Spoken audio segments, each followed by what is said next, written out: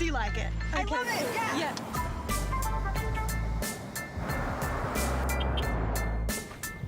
Now when you go pre-owned, you can enjoy the same feeling you get with a new Toyota. Tested and backed by Toyota. Upgrade your car, mate. This? Yeah, no big deal. Toyota certified. Pre-owned in a class of its own. Oh, what a feeling. Toyota.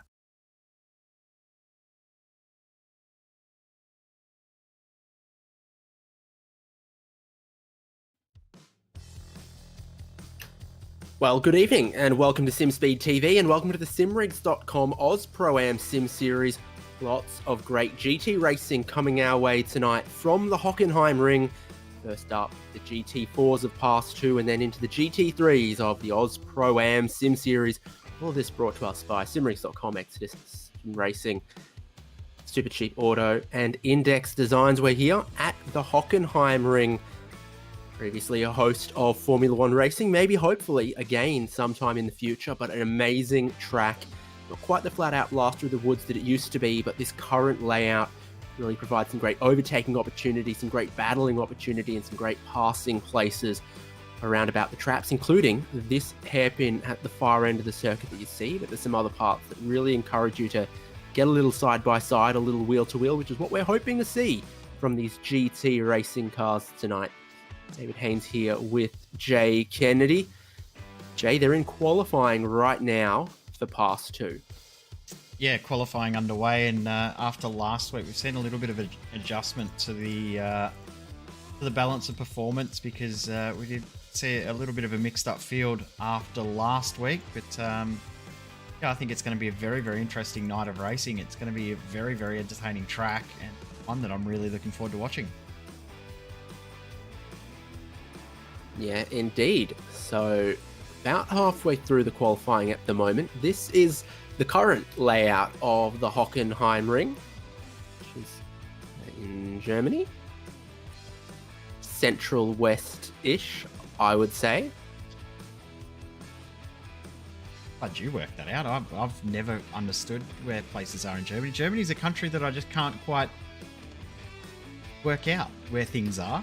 But yeah, this track is awesome. As you said, doesn't quite run through the forest like it used to, but still iconic. I think one of the few tracks that did have an evolution from the old school track to the new that still has a lot of character with it, which I think has been forgotten in a lot of tracks that have been changed over the years. My only hobby is scrolling around Google Maps satellite view idly, so that puts me in good stead to geographically place things. Certainly what you're really looking for here is the commitment through turn number 1. Track limits and the apex curb can be very, very difficult there. And then your key overtaking opportunity at turn 6 at the far end of the circuit there carries so much speed in. The track is super wide and inviting to have a dive down the inside, but you scrub so much speed from 250, 260 kilometers an hour down to school zone speeds at the apex. Can be the source of some troubles there with the concertina effect and with drivers just getting too ambitious. But then from there, back around to the start-finish line is where some of the best racing often tends to happen here. If you can go over under at the hairpin, then you can battle into the parabolica, go side by side through the following corners. And a little bit of banking at Sachs Curve in turn 12 there. You can go around the outside, you can get down the inside. Lots of interest can happen in that part of the circuit as well, and you've got an interesting pit entrance between the penultimate and final corner as well, which is going to eventually be needed in both Pass 2 and Oz Pro-Am Sim Series. So the championship standings in Pass 2 then, Sam Muir ahead of Seth Brown and Richard Mayer, but that's all pretty close there, and same too for Sean Lacey in 4th. We've got Hilton Booth, Pat Gallo, Brady Buchanan, Jack Swanepoel, Stuart Brown and Simon Mazzomo completing the top 10 in this championship. And this is what the balance of performance looks like between the 4 GT4 models available. 100% horsepower for the Aston Martin Vantage GT4, 96% for the Mercedes, 100% for the McLaren, even though there's not really many of them out there. The Porsche getting bumped up to 96.5. We'll see which ends up reigning supreme here at the Hockenheimring.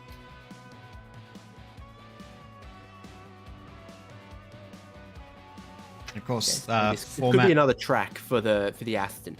Yeah, potentially. And of course, the format tonight, 10-minute for the race 1, and then second race we'll see out there in a 20-minute race with a pit stop.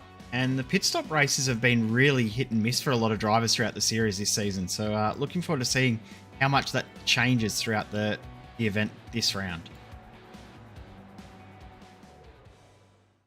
Yeah, certainly last week at Money Core we thought we had a form guide in the first race, and it was all on its head, it seemed, for the second race. Look how tight this is in in quali. like that. Super competitive at the front of the field. Mazomo with the pole at the moment.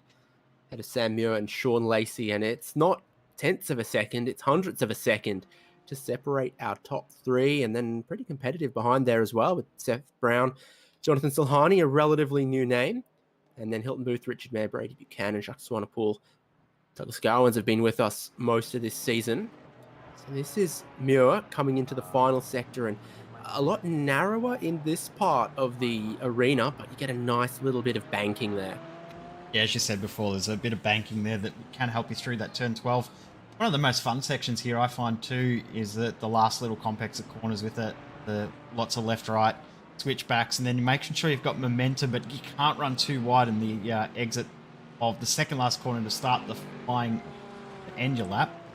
Mazomo just posted a faster time, and Muir just goes and beats it. Yeah, Sam Muir to the top. Jonathan Silhani, I think, as well, improves a tiny bit. He finds a really, really good final sector. So they're definitely finding lots of improvement out there at the moment. GT4s, they seem to start with really cold tyres, and it does take a bit to get to the optimal performance, especially compared to the GT3s that are at their best a little earlier. Is that no time yet for Jason Bentz? That should be a bit of a surprise, and he's going to need to get to that line in a hurry. There's only 15 seconds left. If not, it's going to take the pit entry.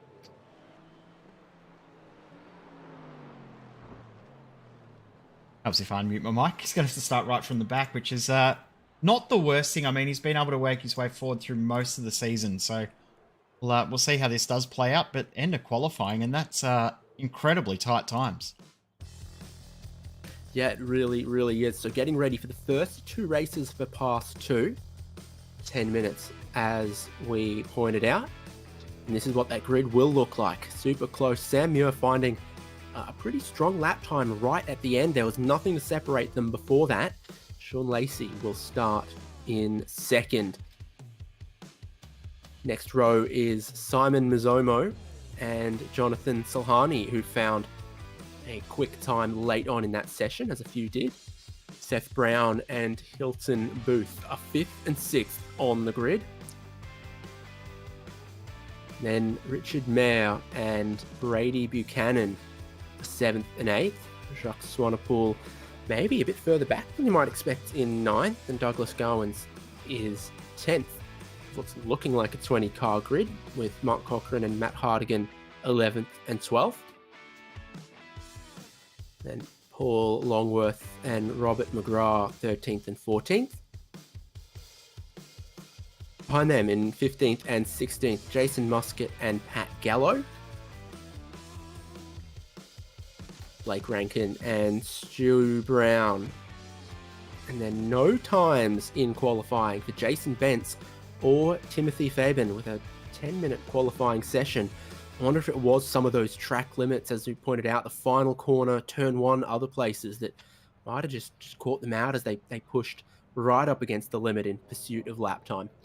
It's very easy to run just that little bit too wide and run yourself off the track. So we will see that, no doubt, when we get into Pro-Am later on in the evening. But Pass 2, first of 2 races about to get underway. Like around about 6, maybe 7 laps for this one. I don't think we'll see Timothy Fabian out on track either, unfortunately. He's had some tech issues by the looks of things and dropped out from the session. So fingers crossed we will see him later on. And might see him in race 2 with the reverse top 10. He still won't be out of it as well if you can get out on track. Maybe gain some spots, but that reverse top 10 is going to be important to watch as well.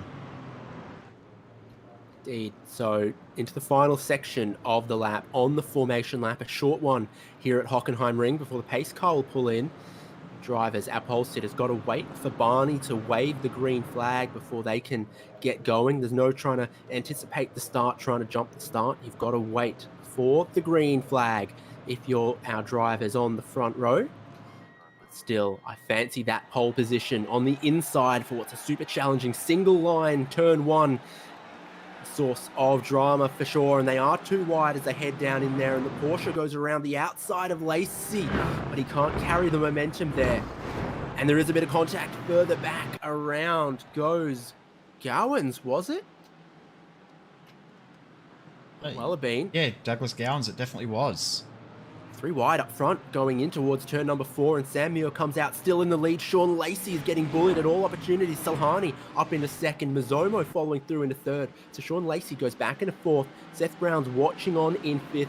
This is where the slipstream becomes so strong down the long parabolic section. Straightens out just in time for the braking zone, and someone's dropping back as if they've picked up a slowdown or something. They're just trying to avoid the chaos. Buchanan maybe gets scared a little bit. Real opportunity for a car park on the exit there as they nearly tangle over each other 3 wide. For Sam Muir, it's a pretty good opening lap.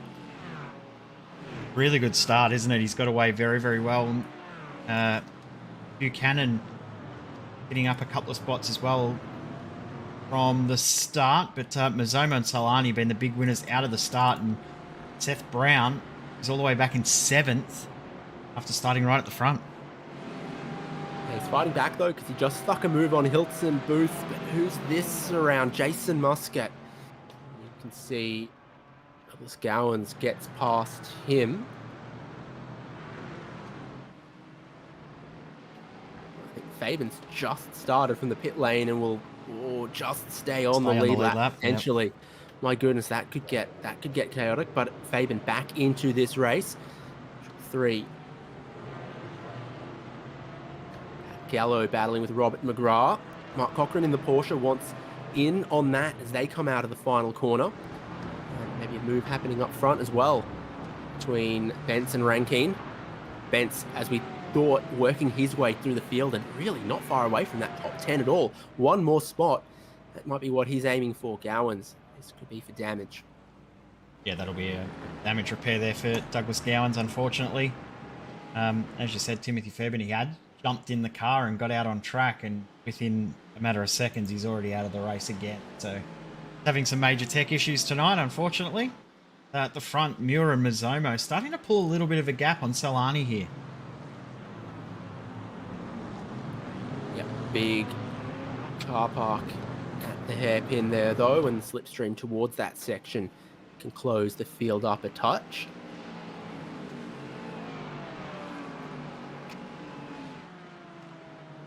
Buchanan looks like he's pushing on as well, now into 5th place, having qualified 8th. And we'll take a look at the opening lap here. I think this is going to be meat in the sandwich a little bit for Gowans, or maybe more aware of the car on his outside than Cochran on his inside. And then he gets helped one more trip around the merry-go-round with a bit of contact there. Unlucky for him. Didn't deserve to end up in an incident there, as Bence gets another spot up into the top 10 already. Already up 9 spots in 2.5 laps. That's very, very good driving from him. He'll be disappointed in the end. If he had got a good qualifying time in, he may have been right at the front. Although why he didn't have a qualifying time could be reinforced a little bit by what he decided to track limits between the penultimate and final corner. It's certainly quick, but it might not be legal. So Zomo in 2nd. Takes the fastest lap of the race. Pressure's definitely on up front. Could be a tiny bit of team orders going on here. Richard Bear gets past Jacques Swanepoel. Booth gets a little wide on the exit of 4, and look who's stalking. Jason Bence really set that up for the run off of that complex to maximize his speed down the straight here, but Mercedes a little more hamstrung than the Aston Martin is in a straight line, and Hilton Booth sure looks good on the power in that section. Bence sure looks like he's confident under brakes.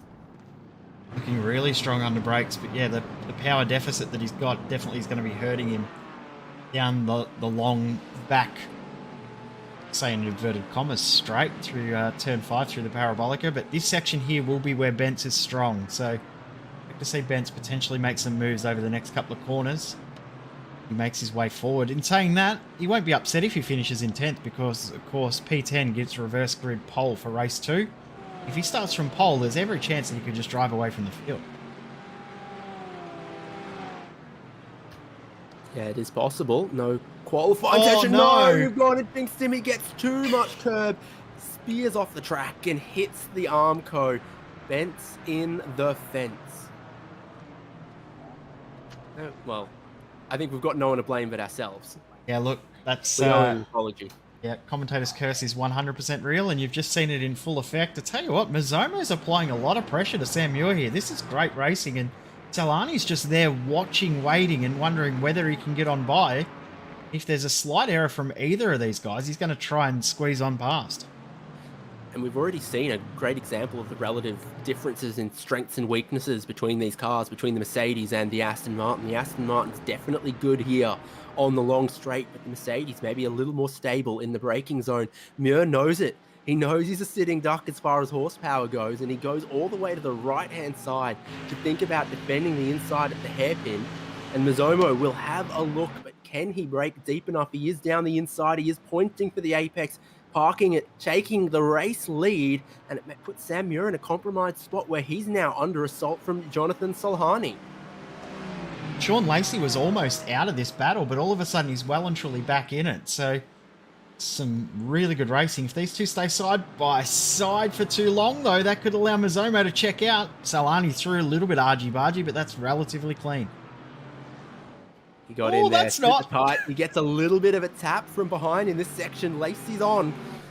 But Sam Muir rolls out of that one a little bit. Didn't want to bump and run Jonathan Solhani for second place.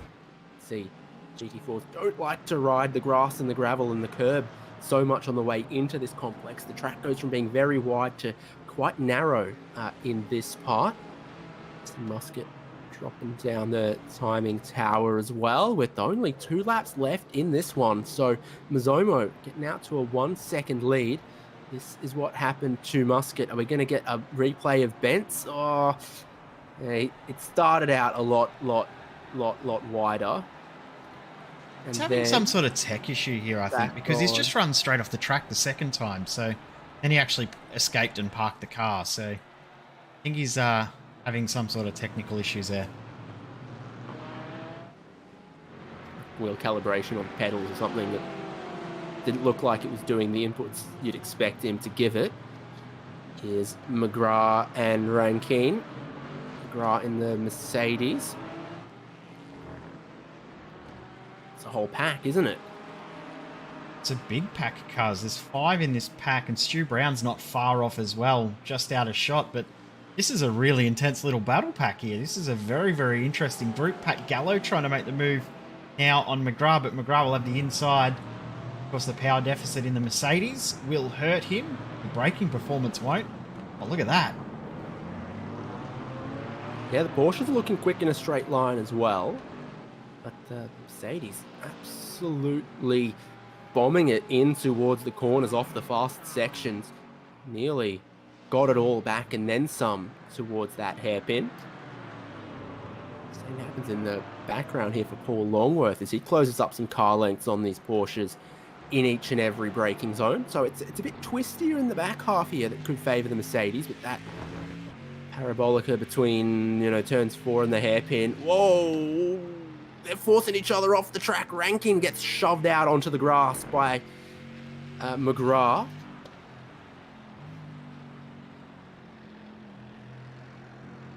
All happening in front of them. Brown's well and truly in it now, isn't he? Cochrane on the back foot as Longworth gets in front of him. Stu Brown will close up on this as they start the final lap of race 1. Notice on the timing tower that Sean Lacey is now out of that lead group. So he's dropped back, and this is what has happened to him. It's, I think we're going to see this replay shot a lot tonight.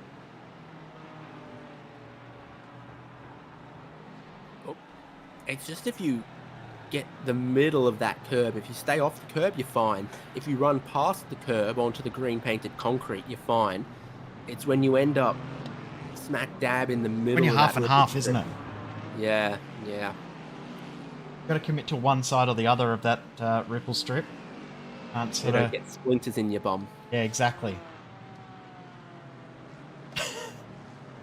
Well, it's all happening on the final lap on the exit of the hairpin. Blake ranking contact with Stuart Brown, who gets one spot up front. They're side by side between, looks like McGrath and Gallo. Gallo wants to close this off, but McGrath can break super deep and will try. Front of the race, it's not sorted yet. Gallo got out a bit wide there, got onto the apex and exit curb. Now they're side by side through this next section. We talked about the kind of racing side by side you can get through these complexer corners. And for 11th place, McGrath gets back in front. Zomo's worked his way to the lead of this race. Number one. They're all barreling into each other behind. But Mizomo from Salhani and Sam Muir as the podium. It's come unstuck for Pat Gallo. As Gallo did exactly what we said before about the curb. Actually, it might not have been. I'm going to bring up a quick replay here and we'll pick up what happened. So they're battling side by side. You've got, a big checkup actually from the Mercedes.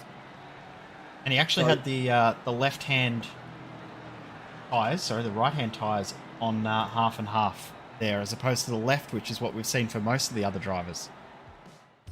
I think the tail-happy Mercedes got a bit loose in the middle of the corner. He's had to step on the brakes a tiny bit. It's caused a checkup to the drivers behind that's resulted in Pat Gallo being in the wall. So this is the results of race number one. Mizomo from Salhani, Muir, Brown, Buchanan, Mayer, Swanepoel, Booth, Lacey and Hardigan. You take that top 10 and you invert them for the grid of race number 2. But only the top 10, everyone else starts race 2 where they finished race 1 with 11th place Robert McGrath, Mark Cochran, Paul Longworth, Blake Rankin, Stu Brown, Douglas Gowans, Jason Bentz, up and down like a yo-yo, finishing 17th in that one, and then Pat Gallo 18th and 2 laps down. And for Jason Muscat and Timothy Fabian, who did obviously then get back out there again and managed to stay connected a little longer. I'm impressed that he got back out there on track and got back into the race and did some laps. I mean, that'll be good practice for him for this one. Sure, he's way down the order in that results, but everyone starts even again now. 20-minute race, pit stop. He's already practiced pit entry, so I guess that's a positive as well, as has Jason Muscat. So those guys have one up on a few other drivers in this field coming up. Might be fair to say he's practiced pit exit a couple of times more than he's practiced pit entrance. But yeah, that entrance also challenging as far as where the pit lane speed limit actually starts. You get a decent way down the entrance before you need to slow down to 80 kilometers an hour is the pit lane speed limit here these days. Back in my day, and just imagine I'm leaning on my cane and I've got a little hat, it was 60 kilometers an hour here at the Hockenheimring, so it's a bit quicker than before. Back in the olden days. Yeah, before a whole heap of circuits got their pit lane speed limits sort of aligned with how Formula One does it, which is 80 k's an hour at most of these tracks, and seems to be slower at Red Bull Ring and others. So we're getting ready for the second race of Pass 2, and then we move to the GT3 machines of the Oz Pro-Am Sim Series, thanks to Echuca Toyota Index Design, Super Cheap Auto, Exodus Racing, and simrigs.com. Going to be gridding up right now for that 20-minute feature race of Pass 2 with a required pit stop. Definitely could be challenging. Looking at that grid, the inverted top 10, Matt Hardigan gets the pole position. It looked pretty good on the race start of race number 1. Sean Lacey up there in second. And then Hilton Booth with all that horsepower in the Aston Martin, starting on the second row with Jacques Swanepoel. Richard Mayer and Brady Buchanan are row number 3 in 5th and 6th. Seth Brown and the championship leader Sam Muir are 7th and 8th on row 4. Row 5 in the last of the inverts here. Jonathan Salhani in 9th and race 1 winner Simon Mazzomo in 10th. Behind that, as we just described a couple of minutes ago, Robert McGrath, Mark Cochran, Paul Longworth, Blake Rankine, Stuart Brown, Douglas Gowans, Jason Bentz with more work to do again, and same too for Pat Gallo, whose race came unstuck just a couple corners from the checkered flag. Then Jason Muscat and Timothy Fabian also a little bit of work to do in 20-minute race number 2. Excited for this one. Should be a very, very good race. 20 minutes, so a little bit longer. The action we saw in that mid-pack there towards the end was absolutely incredible. I have seen an issue though. Robert McGrath looks like he may not make the race start here. He's having some tech issues as well and may drop from the server. Oh dear. Well, the pace car comes in. Our front row of Hardigan and Lacey work their way out the final corner. Turn 1. Bit hard in race number 1. The green flag drops. Sean Lacey gets another good jump off the race start. Good horsepower from the Porsche. This time, does he have the courage to go around the outside and into the race lead? He has the courage to use a lot of the runoff area. He is in front. There's only so far out there you can go without getting a slowdown penalty. He looks to defend into the next corner. 3 wide, 4 wide, almost ending in chaos behind, and you can't see this lasting too long, but Hilton Booth getting a hit every single which way, and he gets another one that sends him off into the grass, and a couple cars go around. Blake Rankine gets tagged by Gowans. Booth spins back onto the track, and there is some of your lap 1 excitement. Big movers though. Simon Mazzomo up 4. He's in the middle of this group here. You see where Sam Muir is easily spotted in purple. Is he still leading? He's 1 pull to 2nd. Big car park at the hairpin. Bent's already up into 9th, so again, he's gained 10 positions early on, but 9 positions, 8 positions. I can even read it on the graphic, can't I? But he's already making great progress forward. So, Muir! Into the Mercedes arena, and takes a huge chunk out of the rear of the car as it slides into the concrete. Your championship leader in the feature race with big problems, and Bent's maybe slowing up a little bit here. We come to the corner that undid him in race 1. Track goes from super wide to narrow and banking away, downhill, sloping away on the exit there as well. And take a look at Muir and Bent's into the Mercedes arena. Well, I tell you what, Mazzomo is lucky that he didn't get collected there as he spun around too, so Mez no doubt will be looking at that later and going, wow, that was lucky. Nice move from Brady Buchanan there on the front straight, although he might lose it back. Yeah, you've got to get back onto the pavement pretty quickly. There is a slowdown penalty out there, I believe, and they're going to go side by side into the next corner. They're side by side behind and taking the opportunity to sneak in. The white Mercedes. Is that ahead of Hardigan? Oh, Salhani. Yep. I was looking a little too far down the timing sheet. This is over 2nd, 3rd, 4th, 5th, and 6th. It's big bickies, and the Porsche has mega straight line speed, but we know how deep the Mercedes can brake. Still looks good for the Frog Leap Juice car. There gets a couple. Salhani's looking to go over under here. Richard Mayer did a good job of using the curb to his advantage there through the hairpin, so he was able to pull it through the corner quite well, but he just can't quite stay ahead of Solani. So Solani into 3rd now. He's up 6 spots in this race.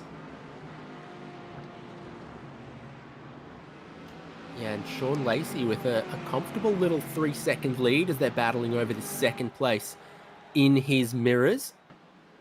Taking a look at this race start. Paul Hilton Booth, you could read this wasn't going to go well for a while. There was an attempt trying to make it 4 wide.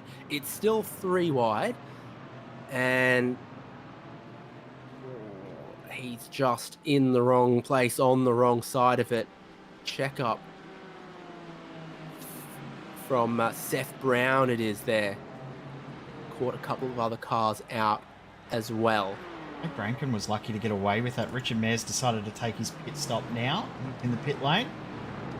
Is he going to be able to bring it home from here? We know that they can get around 15 minutes of fuel throughout the race. See, Seth Brown has just escaped back to the pit lane, so he's having some issues and is now out as Mizomo gives Matt Hardigan a little bit of a hurry up. Through he goes. Spot gain there for Mizomo as he's now up into 5th.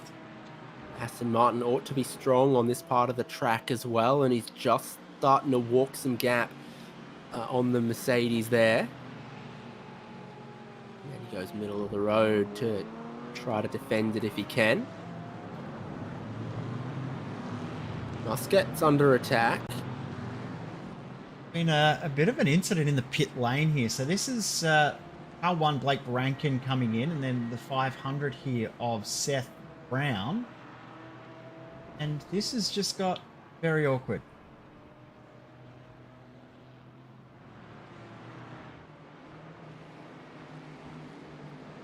One I didn't like to see. No, they've gone places after that as well. All the teammates are in place here. For anyone that has been watching the teammates over the last few weeks, they've decided to take every single possible brand of fast food they can out on track. This week they've rebuilt the Hungry Jack's livery for themselves. Wonder what they'll do next week for us. I wouldn't mind some Nando's. I think it's time for some Mexican. Yep. Nando's or Your Guzzies or your Zambreros or whatever. Something like that. Get something with a little bit more, a bit more lime, a little bit more salsa music.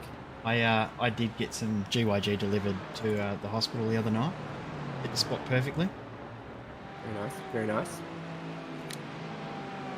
Under attack, though, from Timothy Fabian. We know that Fabian can be quick. We know that the Porsches had a little bit more power added.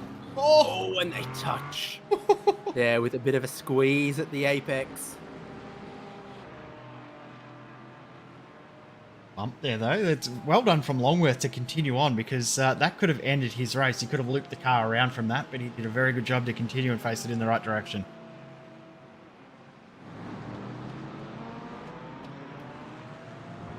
Interesting. Lacey still with a great lead, but there is a lot of damage on the car for Pat Gallo that he doesn't care about that. Fixed. No, he's not fussed at all. Sure, Lacey, the panels came like that on his car. Silhani in second at the moment, not making a great amount of progress. Just want to pull Buchanan, Mizomo here. I wince every time they go over that curb now, and you can see Jason Bentz just behind has set his personal best lap last time around, so he's really not far away from the lead here on this one either, having made 11 spots so far in this race, though some of that could be a little bit tempered by the pit stops. A couple of drivers have stopped from in front of him. A rather big slide from him there, and Jason Muscat's deciding to take an alternate adventure through the second last corner. Got it back on track, but he's done that a few times tonight. I'm just seeing Cochrane as well has had an incident there on the front straight. As Mizomo up the inside of Buchanan. Done. Yep, the Mez goes to 4th place. Got a good run through turn number 1. Used that horsepower. Now again here he'll be able to use that. Get a little this bit is closer an unusual one. Yeah, he just turns in right as it's bouncing off the red sausage curb. You turn in a second, not second, a moment. 2 centimeters earlier, 2 centimeters later. You just don't catch it right as the rear suspension is bouncing, coming down off the red curb. Just like kids bouncing, coming down off too much red cordial. And we commented last week about Stu Brown's webcam with the PlayStation and the SNES set up, and he had, I think it was Toka 2 set up on the PlayStation. This week, set up a game in tribute to how his race went last week in race 2. He set up Destruction Derby, the original Destruction Derby 2 game on PlayStation, which was one of my favourite games. I think it was pretty appropriate for how the race went for him last week, and a few others last week. Yeah, honestly. Has he got Tekken? I want to play Tekken. Judging by the SNES controller there, you'd guess that he'd have to have that or Street Fighter or something like that from the old SNES days as Swanepoel comes into the pits. Mizomo had a bobble off the final corner as well, and Buchanan passes him back. And Bentz is right there now as well, so it didn't go well again. I think with that same curb potentially, that sort of tries to make the penultimate and the final corner two separate corners rather than one big looping hairpin. We'll see, though, for Cochrane. Whoa. Hello. I wasn't expecting to look up and see that car on one wheel. Thought it was pretty cool to see. Here comes Mizomo back using the power advantage that the Aston Martin's got over the Mercedes. Spot back in third. Yeah, he does. Just a couple seconds away from the halfway point of the race, and I would expect a little flurry on pit stops into the back half of this one. The more this goes on, the further they drop back from Salahani, who's just found a little bit more speed to cut down Sean Lacey's lead to 2 seconds. So I think it's looking a little bit more like a Sean Lacey versus Jonathan Salahani race at the moment. Highest running car that has stopped is Richard Mare. I don't think his last lap time really compares to what Lacey and Salahani are able to do. Salahani's taken another 3-4 tenths out of him since started doing this comparison. So pit entry for Lacey, pit entry for Salhani, and every time I see this pit entrance as everyone's coming in, it really makes me think of Lewis Hamilton.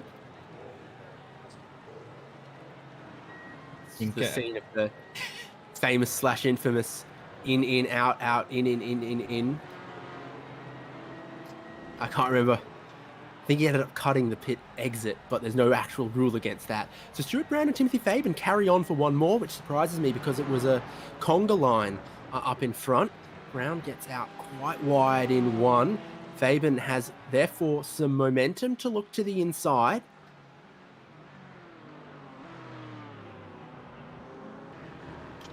And get it done quite nicely. There's Mizomo.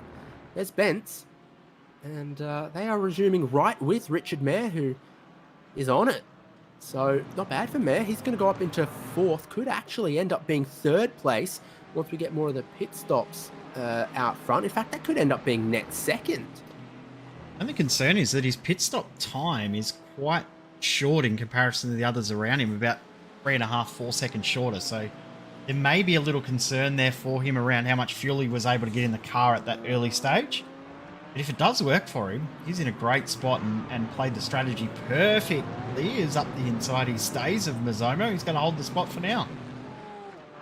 Mizomo got a great exit though, and obviously has a lot of horsepower. So going around the outside of the hairpin, atypical. I think he's made that one work, and now Bentz wants some of it as well. Gets to the inside of him there. Crossover. That's what this section of corners produces. But I think Bentz will hold on to that one. And behind them, big battle going on as well. 2 cars that haven't stopped are Faben and Brown. But you can see Lacey, who has stopped, is almost right on them and will go through into the race lead comfortably when they have to stop from in front of him. So you got Salhani here with slightly longer stop than we would have expected. Look at the difference in the pit stop time between Solani and Buchanan, who's ahead of him. That's, what, 6 seconds longer. So very, very long stop there for Solani. Of course, first race in the series. May have made a little bit of an error there in the strategy being the first race, but I'm sure he'll learn that and work that one out for next week. So we've had all the pit stops, and the timing column reorders itself to show Sean Lacey with a very nice race lead. Mizomo in 2nd, and then I don't know, you tell me. And going a bit wide there, Salhani loses a couple more spots again, as I think Buchanan, Swanepoel, Sam Muir all get ahead of him. All of a sudden, Muir is back in this, but he's got the shortest pit stop we've seen out of anyone. 9 seconds. Actually, Sam Muir has had the shortest stop, I believe, only 6 seconds. Yeah. So He had to pit at the end of lap 1, wasn't it? With the damage. Yeah. Pretty sure that was lap 1. Right. Tried he had no rear splitter on that car, so he's... has he made 2 stops, though? Did he come in for a second stop? I'm not sure. No, I don't think so. However he's done it, he's done well to get himself back out there in a decent spot. Uh-oh. That's missing a fair chunk for Jason Muscat in the final part of the lap, obviously, as he's at pit entry. He hasn't enjoyed the end of the lap, has he? Oh, you'd forgive Muscat for being sour grapes. Let's take a look. Oh, a little bit of the exit curb, a whole lot of the gravel, whole lot of the grass. Sebastian Vettel, you're not stopping that, and not even the tyres, but the concrete.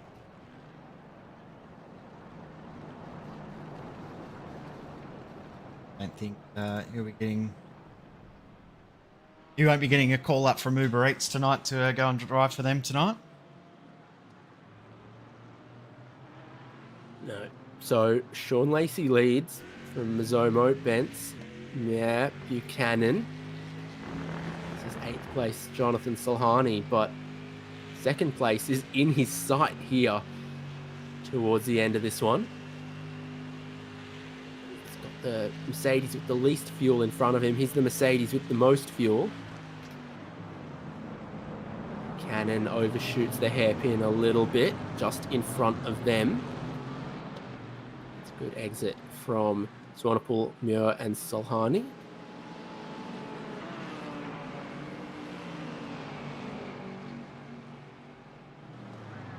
Hence is starting to close the gap down on Mazomo again as well at the front of the group. So this 7-car train of cars still is not settled at all for position. I wouldn't be surprised if Bence tries to have a little bit of a lunge on Mazomo, but I think Richard Mary might have realised, hey, I might not be great on fuel. I better just save where I can and get this car home. 2 more laps and I'd be pretty confident of that. Salhani and Muir side by side. Salhani looking for the inside of the carousel, but that becomes the outside here. He chops in and, yeah, actually looking for pit entry for a 2nd time. Sam Muir not able to get to the end, and he knows it, and he throws up the white flag on that. Salhani gets 1 spot back. Bence has dropped back a spot. Mayer up into 3rd. Perfect final sector for the green machine. Bence got to slow down or something from running that wide line that he seems to run this corner. Oh, it was before that. That's understeer. That's a little bit of curb. He's got the Porsche all over him, who gets clean down the inside. Okay. Move. So Richard Mayer getting feisty then. Little concertina big time at the apex. What are the minimum speeds there? About 80 k's an hour, down from 230. Lights flashy for Jonathan Salhani. Bence is looking around the outside. Ahead of that, though, he wants it back. Side by side, multiple cars deep into the Mercedes-Benz turn. Big grandstand. I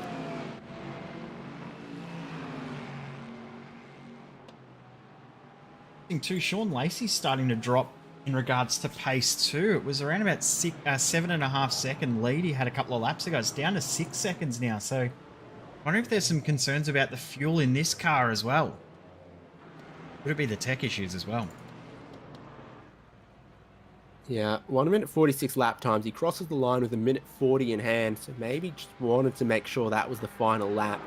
So it will be. If they were just a touch quicker, we were very close to going 1 extra lap in this race. If the average lap time had been half a second per lap quicker, we would have. You taking any product ideas from this, Jay? Had to go and buy some today. First time I've had to buy them in 11 years. Yep. Things are expensive these days. I like it. No, none of us do, Jay. True, look, they were expensive before I had to go and sort of stuff. I'm just complaining because of that. Anyway. Final lap, any heroics at the hairpin? Not this time, it doesn't look like it. Sean Lacey still just managing his gap at the lead of the race from Mazomo, Mayer, Vince, Buchanan. Sahani looks like he's running out of time to get any of those spots back, and Swanepoel is in 7th.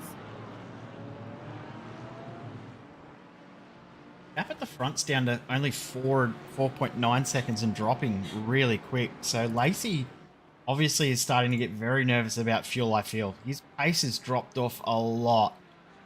I'm guessing from here he should be okay, but a little bit of a nervous end of the race for him. Okay, I'm putting money on Jason Bentz to try to return, serve, but he's not going to be close enough. He does not get the run out of that banked corner that Richard Mayer was able to do to be close enough to try to attack into the final couple of corners here. Checkered flags out for Sean Lacey as he takes the race win from Mazomo and Mayer. Good for the championship for Sean Lacey. Oh, Pat Gallo and Blake Rankine at the hairpin.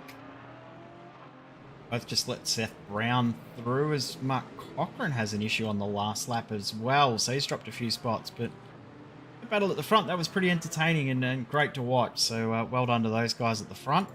Battle at the back looks like it might be done as well. Seth Brown, night to forget for him, obviously facing the wrong direction at the start of the race and then having more issues. See if he can redeem himself next week. Oh, not done yet with Gallo around the outside of Rankine, coming into the final part of the lap. About 2 or 3 car lengths still in hand for Pat Gallo to try to get to the checkered flag here. Super competitive race in pass 2, this one. Rankine has a dive at the penultimate corner. Gallo gives heaps of space. And then at the final corner, they almost touch again. Pushes Gallo out a tiny bit wide, and Rankine in a drag race is looking to steal it off him. Who gets there first? I have a feeling like Gallo just held on to it, and he did by 0.003 of a second. Yeah, so super close all the way through the field, because you got Sean Lacey, who won by 5 seconds, but then 4 seconds covered the next 6 cars as they were all super close in those following positions. Blake Rankine actually got a black flag right at the end of the race there, so he ended up dropping 35 seconds back. Oh no. Well, here's how they stand, and I trust you pulled it up at the right time for this graphic to be accurate in the tail half.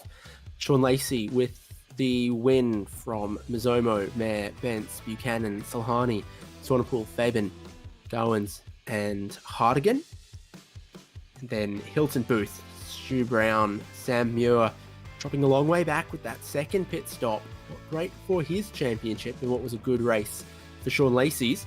And then Paul Longworth, Mark Cochran, Seth Brown, Pat Gallo, and Blake Rankine crossed the line side by side, but you can see how much time that black flag post-race adds. It's an ouchy one. And then 2 laps down for Jason Muscat and a retirement, or DNS. Yeah, did not start for Robert McGrath. Got to make a decision on the Make It Super Award. I've put in the chat there for you just to confirm if you're happy with that decision. I always forget at this point who we've given it to. I can guarantee the person I said we haven't given it to previous, so we can give it to that person. Happy? Yes, I'm happy. And on the basis that I suspect you've already got the graphic ready as well. have. Yeah, there we go. $20 super cheap auto gift card goes to Simon Nozomo, fighting from 3rd on the grid to the win in race 1 and from 10th on the grid to 2nd place in race 2. He made it super, and from our friends at Super Cheap Auto, he gets a $20 gift card. I haven't read the catalog to know what that could get him this week, but definitely lots of Lucky Dip items on the menu there. Well, let's get ready then for the GT3s of the Oz Pro-Am Sim Series, coming up just after this.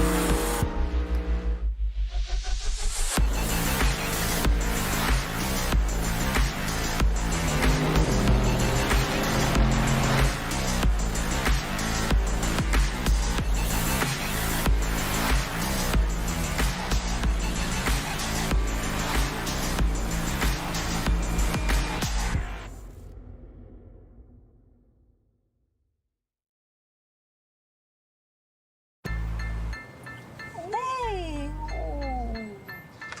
So you do like it? I love it, yeah.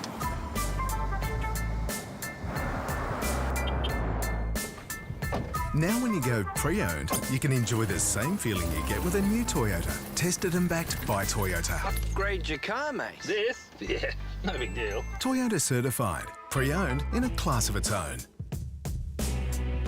Oh, what a feeling. Toyota.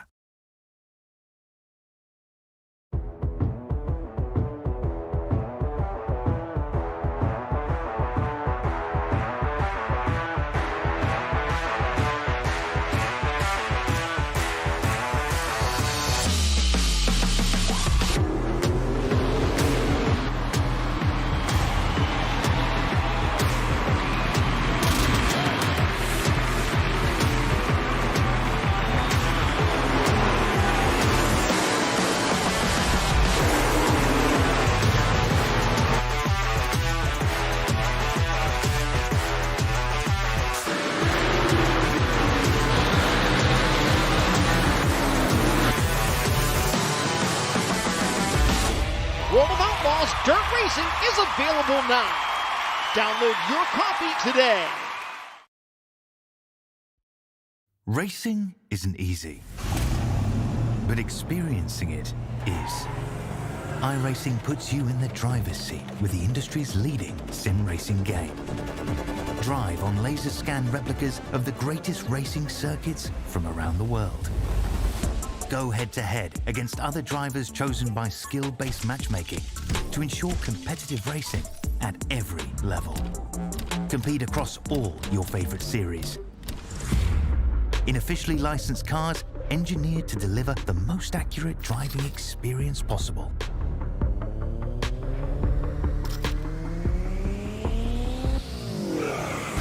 Join a race or host your own with players from across the globe.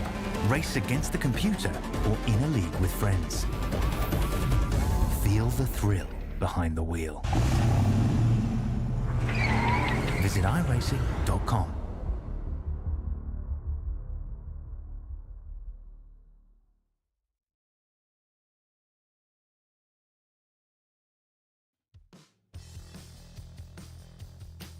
Welcome back, and welcome to Stu Brown joining me as well. We are ready for the GT3 cars around Hockenheimring. It's round 7 of the simrigs.com Oz Pro-Am Sim Series. Our appetite suitably whet by Class 2. It's ready to keep more racing rolling with thanks to simrigs.com Exodus, Sim Racing, Super Cheap Auto, Pachuca Toyota, and Index Designs. Well, what an interesting circuit this can be for GT3 racing. We've got more cars, and we've got a championship battle on our hands. Yeah, we certainly do. Good evening, everyone, and it's going to be an interesting race here. Full grid of cars as always, and plenty of room on the outside of the track, but plenty of penalties if you use it too much. So we're going to have to see how the drivers navigate their way around this one. Have a quick look at the championship standings. Pro class here, Jeff Connell retaining the lead of this championship after last round. Lachlan Capel still hot on his heels.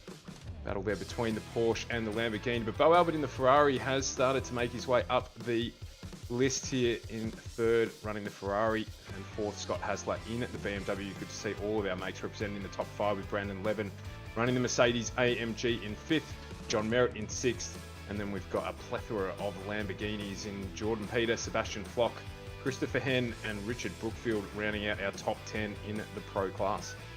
Absolutely crazy how quickly Bo Albert has caught up on the championship lead, given he missed at least one, probably 2 or more rounds of the championship. So it could get very, very interesting to the tail end up front there. And in AM, Brandon Grosh leads from Nick Wood, where it is super, super close. And then Harry Lawrence, Jeffrey Wang, Ben Jeffrey, Sam Lehman, Ian Jordan, Stephen Tonkin, Sebastian Vanzel, and Adam Jepson as the top 10 in that category to keep an eye out for.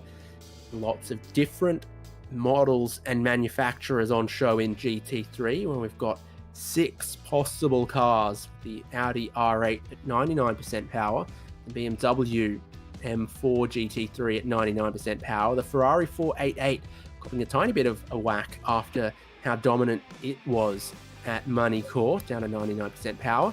Mercedes AMG gets a little bit back, and the Porsche stays where it was. So too does the Lamborghini, and we expect to see all 6 of those models out there as well. Yeah, it's going to make for some interesting changes around here. Obviously, nice long straights, so those changes in power with the Ferrari, it'll feel that a little bit, and obviously the BMW coming back in to 99% as well as the Merc. So it'll mix it up. The Porsche is going to have to work hard here, as is the Lamborghini. So I reckon we're set for a pretty interesting race up the front. Yeah, some pretty interesting 2 races as well here for this sort of conventional round. Some wildcard rounds, there's enduro rounds, but this is our typical format. We're in qualifying right now before the 10-minute opening race, and then into a 40-minute race 2, which could be a 2 pit stop race, and also has a reverse top 10 grid, so that 10th place in race number 1, so fiercely coveted and fought over. We'll have to keep our eyes peeled both at the race lead, but also at that cutoff line there in the 10-minute race 1. A little bit brighter tonight for our starting conditions. 21-degree track temperature, so nice conditions for the drivers, and certainly plenty more light in the scenario this week as opposed to last week, Dave. Yeah, race cars have headlights except for Lightning McQueen, but yeah, you like this when you can tell the cars, you can look at the schemes, and you can get a good view at them. Get a great view of the world's largest bottle of oil, and 0820, so kind of engines and systems would that go for? It's a very, very fine synthetic oil, so I'm not too sure what that one might have a look at. It's got Opel's Motorsport on it, so that probably tells you about the quality of the oil, given the quality of the car they've listed on it. Savage. We're about to get into Heat 1 here, or Race 1, our 10-minute sprint race. Have a look at the grid in a moment, with qualifying having finished. And it is Luke Turner in the AMG taking out top spot ahead of John Merritt who is going to share that front row, only 2 tenths between them. Move further back. Lachlan Capel in third. Joshua Fitt in fourth. Capel out qualifying Jeff Connell, who is just behind him. But Nick Wood manages to slot in between there in fifth, with Jeff Connell in sixth. Got Adam Afunzlo and Bo Albert in seventh and eighth. In row 4 of our grid. Row 5 of the grid, Brandon Grosh and Scott Hassler. Reduced teammates there, occupying that grid. Sebastian Flock and Hamish Cleland on row 6. Christopher Henn and David Bass on row 7. As we keep moving further back, this full grid, Harry Lawrence and Tyson Hanmer on row 8. With Ben Jeffrey and Luke Fitt off row 9. Back to Jeffrey Wang and Ian Jordan off row 10. To get through this big grid, Sam Lehman and Richard Brookfield. Followed by Ben Pollock and Adam Jepson. And then we've got Jai Potts and Thomas LaPrate. And rounding out this row is Philip Audie and Caleb Bellick. Got Jamie Blackman as the last man to set an official time, and then followed by Brandon Levin and Sebastian Varndell to round out this huge field. It reminds me of the intros to the early 90s Bathurst coverage, where you have so many cars that it just goes on and on and on, but we're through it. And also, just quickly to mention that our top AM driver tonight in qualifying was Nick Wood in P5. Yeah, really strong performance from the man. Second place in that championship, with his key rival a little bit further back. And then Varndell with some work to do from where he starts at the very, very, very back of the field. And the Ferrari's not looking quite so dominant. Joshua Fitt, the best qualifier there, and Bo Albert, who's almost unstoppable the last 2 rounds, a little deeper in the field this time around. Pace car pulls in, and it's all Mercedes on the front row with Merritt and Turner. 2 by 2, the whole field. The simrigs.com Oz Pro Am Sim Series ready to get the first race underway. A 10-minute sprint, and Connell sandwiching his way into the middle, 3 wide in that part of the field. Merritt much braver in towards turn number 1, goes comfortably through into the lead of the race. The whole field driving their way through turn number 1, looking to then try to make some spots as they build up tyre temperature and confidence into the next complex corners. We saw 3 wide. Doesn't work here in GT4s. Can it work in GT3s on the opening lap of the Pro-Am Sim Series? Hamish Cleland gets a little bit of contact, and he gets wobbly and out of shape, and he's going to get swallowed up as the whole field race down the parabolica towards the hairpin. Down to the hairpin for the first time with 3 wide on the entry here. A couple of rows 3 wide, so who's brave enough to make the move? It's a little bit of contact there as well, but it looks like we're going to get through nice and clean here. Everyone made it through. A little bit of a check-up back in the field, and there's some contact in the background there as well, just between the Lamborghini. I couldn't quite see who that was, but basically clean through as we get towards the tighter section of this track at Hockenheim. Drivers braving 2 by 2 early on, even with the cold temperatures. Nick Wood here just honing in on the back of Jeff Connell. There's a small gap that's developed there just at the front. And Grosh doing a good job as well in the Frog League Racing entry. So green numbers, pro drivers, blue numbers, AM drivers, all on track together, all with equal balance, performance, equal machinery, scored in their 2 respective categories. It's all the more impressive that Nick Wood's racing up in 7th overall, still holding on to his AM lead. There's a few of the pro drivers that have gotten around him, Jeff Connell and Bo Albert. Lachlan Capel also making a spot or 2, and now putting the pressure on John Merritt in the Mercedes, driving a little defensively. Could come under pressure then from that Lamborghini. Ian Jordan's had a problem and been drilled by 1 car, 2 cars. And that is a bit further back in the field.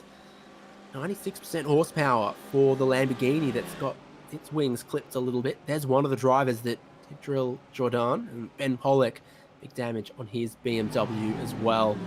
For the race lead here though, Luke Turner goes back into that 2nd place, so horsepower on the Mercedes helping him out there. Not enough horsepower on the Ferraris. Looking backwards at Bo Albert in 6th. He still looks like he's got plenty of horsepower. Not able to get to the inside at the Mercedes grandstand. And was that no contact at all there between those two drivers as they continue to challenge one another. Albert looking to take advantage of the horsepower. Porsche was strong through that back section of the track, so to even it out a little bit, there's a little bit of congestion further back in the field. We're having a look now at the battle for 5th between Connell, Albert, Wood, Hassler and Adam Funslow, who's joined onto the back of this group.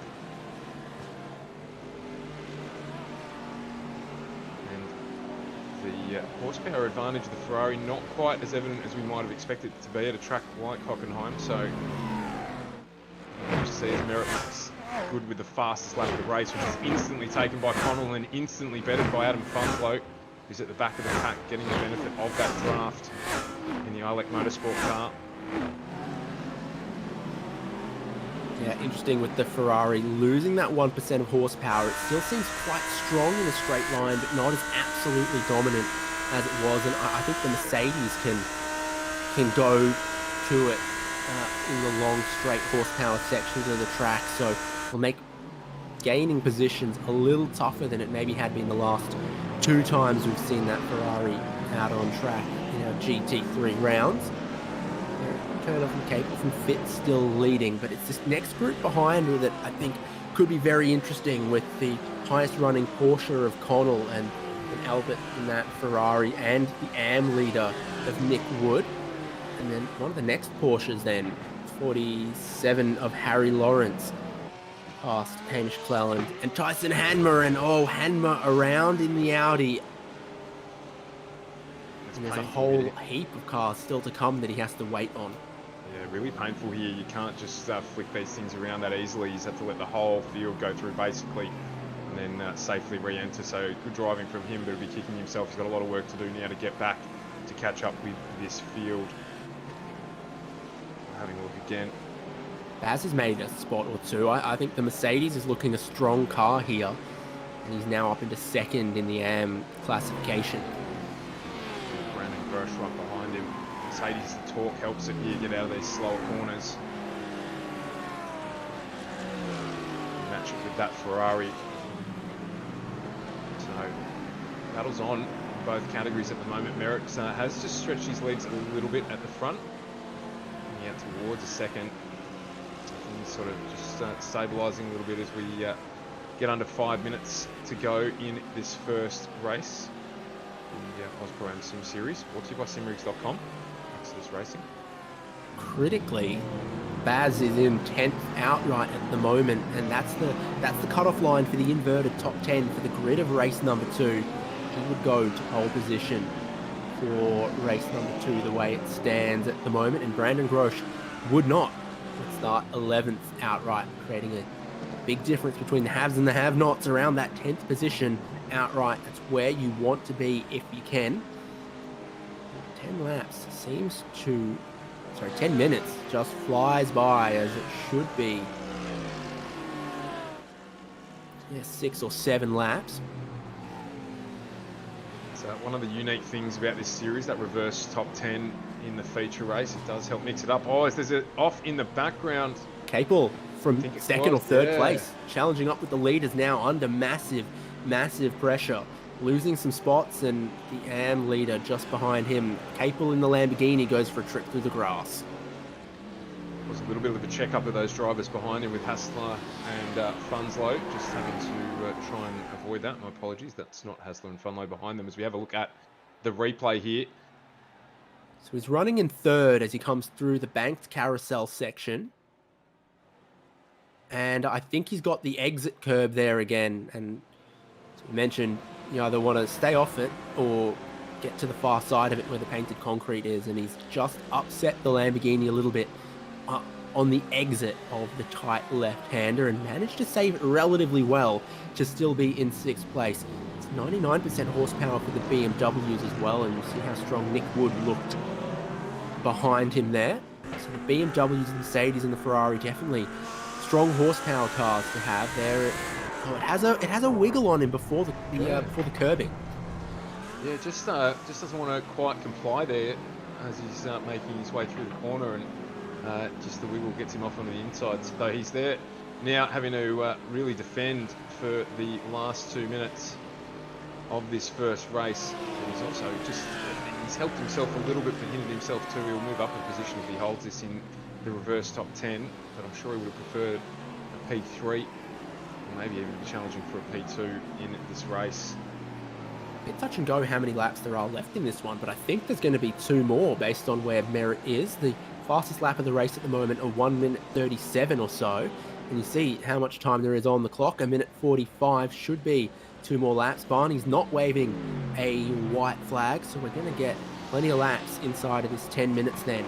Merritt leading from Turner. They were the front row of the grid in qualifying, but plenty has happened since then, and plenty happening behind them here, as well as drivers battle for points and positions. Fashion Flock on screen, Evolution Racing Team. Currently running down in P11, P12, my apologies. So he will be hoping for some sort of Bradley moment here where he can get himself up into P10. I reckon we're going to want to keep our eyes on Baz and Grosh on these final couple of laps as well, because for all the reasons we mentioned, it's 10th and 11th outright. And Baz is not only going to score some good points, but really set himself up for that 40-minute race number 2. The gap's under a second as well, so anything can happen. Just a small mistake here can be quite costly, as you're saying. Make the difference between getting that 10-place gap over his competitor as well. So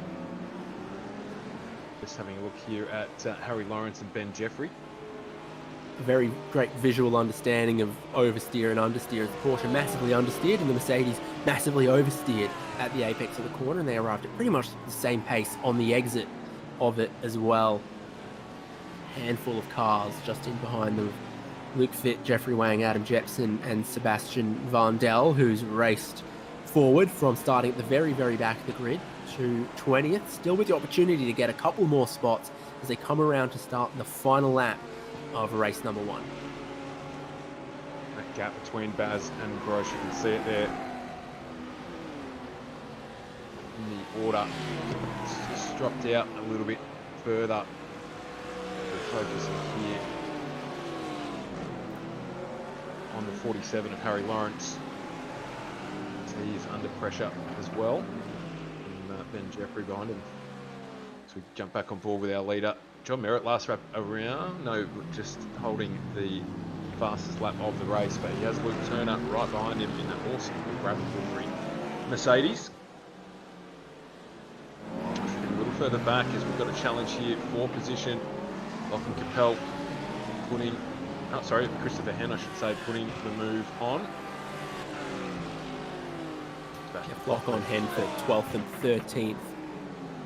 Outright, by the looks of things, a well-measured manoeuvre at the hairpin, because it's so easy to bite off a little too much and cause an accident there, being too ambitious with the difference in speed and the really, really big long braking zone into the super tight corner that it is. So on the final lap, setting the grid as well for race number 2. Merritt and Turner in the final complex of corners. Brandon Grosh gets ahead of David Baz, and that could be super important. That's 10th and 11th outright. Baz gets it back as well. The checkered flag and the win goes to John Merritt and Luke Turner. Joshua Fitt completes the podium. Here is Baz and Grosh, and Baz back ahead, second in the AM class, but he will be the pole sitter for race number 2.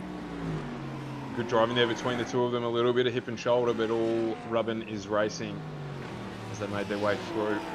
Change their 4/10th position and doing the crisscross and getting it straight back. So well done to David Baz there, but can't take anything away from John Merritt, Luke Turner and Joshua Fitt, who take out our top 3 positions. Connell up into 4th and Bo Albert in 5th as we conclude that first 10-minute sprint race in the AusPro Sim Series. Here's a replay of that racing between Baz and Grosh. It's the last sort of half of the lap. And he closed up really well right up into this zone here. You can see he dives on the brakes. There's a little bit of rubbing, but nothing too untoward, and the switchback executed really, really well there by David Baz in that Mercedes, and he managed to get that home and take out that 10th position. So Very nice, and it was for all the biscuits as well, wasn't it? it was. Let's take a look at the results from race number 1. 7 laps. It ended up being John Merritt, the race winner, from Luke Turner, Joshua Fitt, Jeff Connell in 4th. Not bad for him in a Porsche that is very weak in the straight line, even if it can be strong in other places. And Bo Albert, a couple positions gained to 5th. Lachlan Capel up and down, finished 6th. Nick Wood taking the AM class win there. Scott Hasler, Adam Funslow, David Baz. Just saw how he ended up 2nd in his class and critically inside of the top 10 outright. Harry Lawrence just on the other side of that fence, and Brandon Gross just on the other side of that fence. Sebastian Flock, Christopher Henn, Hamish Cleland, Ben Jeffrey, Harry Lawrence, Luke Fitt, Jeffrey Wang, Sebastian Vandel, and Jai Potts. 20th. 21st. Richard Brookfield. And Brandon Levin, Sam Lehman, Tyson Hanmer, Adam Jepson, Phil Audie, Ian Jordan, Caleb Ballack, Thomas Leprake, and Jamie Lackman. No chance that... No, I'm reading that wrong. I was wondering if we had another situation of a driver getting a black flag post-race and being dropped as it appeared on one of my screens compared to that, but I think I just had it wrong. What an exciting little curtain raiser 10-minute race in Simrings.com Oz Pro Am Sim Series. Still the 40-minute pit stop race to come. Stick with us because that one not far away at all.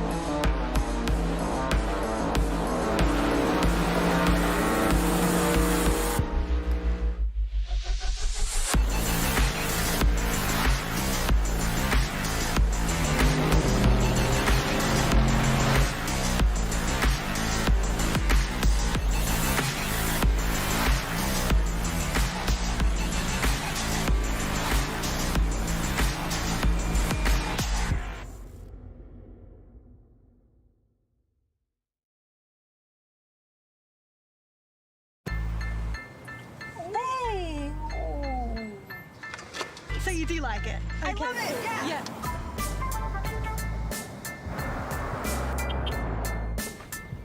Now when you go pre-owned, you can enjoy the same feeling you get with a new Toyota. Tested and backed by Toyota. Upgrade your car, mate. This? Yeah, no big deal. Toyota certified. Pre-owned in a class of its own.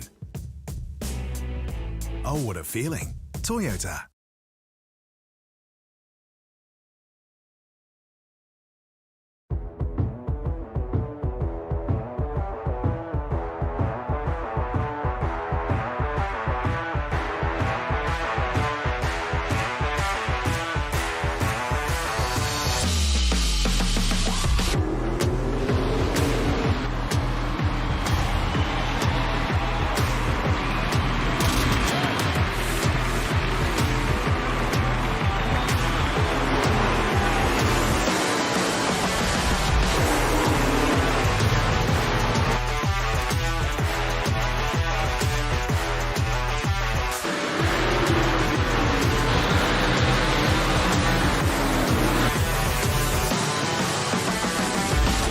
World of Outlaws Dirt Racing is available now.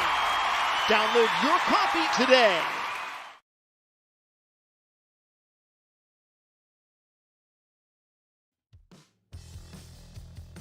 Welcome back. Ready now for the main race of the evening in simrigs.com Oz Pro-Am Sim Series.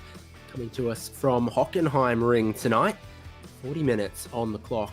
Presumably 2 pit stops required, but we're always watching the numbers, watching the gaps and seeing what strategies the drivers try to pull out in their 6 different models of GT3 cars. We're so looking forward to it, with the top 10 invert from race 1 into race 2, making the grid a little spicy as well. David Baz has the outright pole and the AM lead. He'll be looking to preserve that one in his Mercedes and sharing the front row with Adam Funslow. Behind them, Scott Hazeler and the next AM class driver, Nick Wood. Lachlan Capel and Bo Albert share row number 3. Jeff Connell in the all-black Porsche sharing his row with the Simrigs.com Ferrari of Joshua Fitt. Luke Turner and John Merritt complete the top 10. They raced very strongly in race 1, but now they're going to have to come forward through the pack to repeat their podium performances in race number 2. And Brandon Grosh, third of the AM class drivers, in 11th outright there alongside Sebastian Flock. Christopher Henn and Hamish Cleland, 13th and 14th.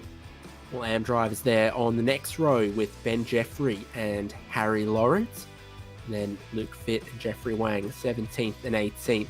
Sebastian Vandal, previously a outright race winner, starts 19th alongside Jai Potts in 20th. Lamborghini maybe not quite delivering around this circuit. Richard Brookfield and Brandon Levin, 21st and 22nd. And Sam Lehman and Tyson Hanma. Adam Jepson, Phil Audie, Ian Jordan, Caleb Bellack, Thomas LePrake, Jamie Blackman, and Ben Pollock. This last couple of drivers with a tough race 1 and a lot of work to do in race number 2, but luckily for them, there's a lot of racing, a lot of laps, and a lot of strategy still to come, and just about anything can and often does happen. Simrigs.com Oz Pro and Sim Series. 2 wide all the way around the field. The pace car pulls in. They're waiting on the green flag, and the 40 minutes to start ticking. The pole sitter in orange, David Baz, in his Mercedes, gets us underway towards turn number 1. Around the outside worked well for John Merritt in race number 1, but David Baz on the inside line this time will hold on to that and convert it into a race lead.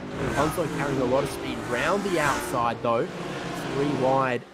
Luke Turner being sandwiched as the track narrows before widening again, and a giant car park forms and contact occurs. Turner around. Plenty of action going on here. Got a few around. Turner will be furious after that, again suffering the shame, not shame, it's a bit harsh, suffering having to let everyone go through there as we head down towards the hairpin for the first time. You didn't mean shame like embarrassment, you meant shame like it's disappointing. Yes, yeah, absolutely. That's exactly what I'm thinking. The save. As we just... Another car park at the hairpin in the background, and Tyson Hanma, who got spun in race 1, almost gets spun in race number 2. He is the championship leader in the AM class, battling for honours. Nick Wood up into 3rd outright as Funslow and Baz try to streak away in the leading position. It's been all chaos behind. Albert in 5th, and Joshua Fitt might have not been able to make as much progress as Albert's been able to do. Pollock and Wang are off the circuit. Apologies. So a lot of carnage on the opening lap of what's otherwise a pretty long race. It should be no reason to get too crazy or think you need to make all of your passing happen on lap number 1. But still, a little bit of that unfolding with lap 1 of Hockenheimring in the books for this one. Funslow has gotten to the race lead. We're going to have a look at the car park that formed. It's, I think, Merritt almost at a complete stop there. And then Turner gets spun around. So the driver who finished 2nd in race number 1, then almost at the very, very tail of the field in quick order. Brandon Grosh looks like he's got into some trouble as well, coming out of the hairpin. So what's going on in this very first part of this 40-minute feature race? Inverted top 10 paying dividends for our top 5. 6 drivers getting through and clear from that car park. Making their way through this first segment of the race. Having a look at another replay here.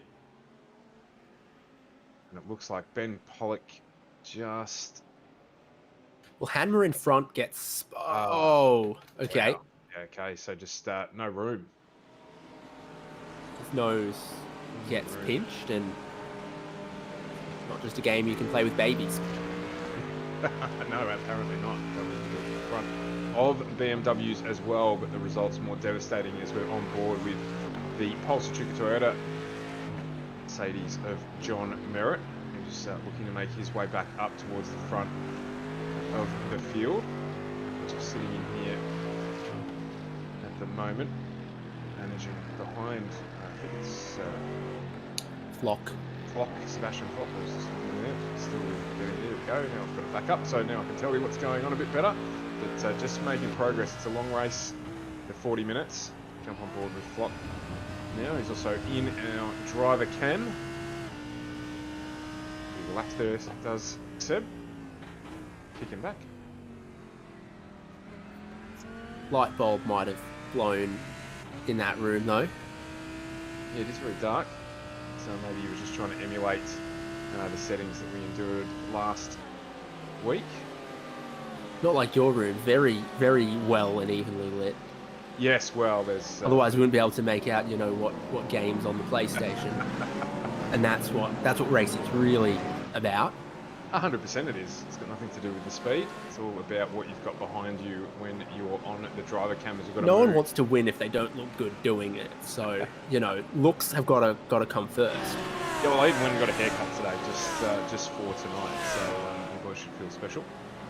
So we've got more pressure. Merritt made that move on Flock, so I think Flock was struggling to get to the apex of a couple of the corners, and the Lamborghini is down at 96.5% horsepower, so Merritt having a huge wiggle, a lot of oversteer on the way in, and then he gets some of that curb as well.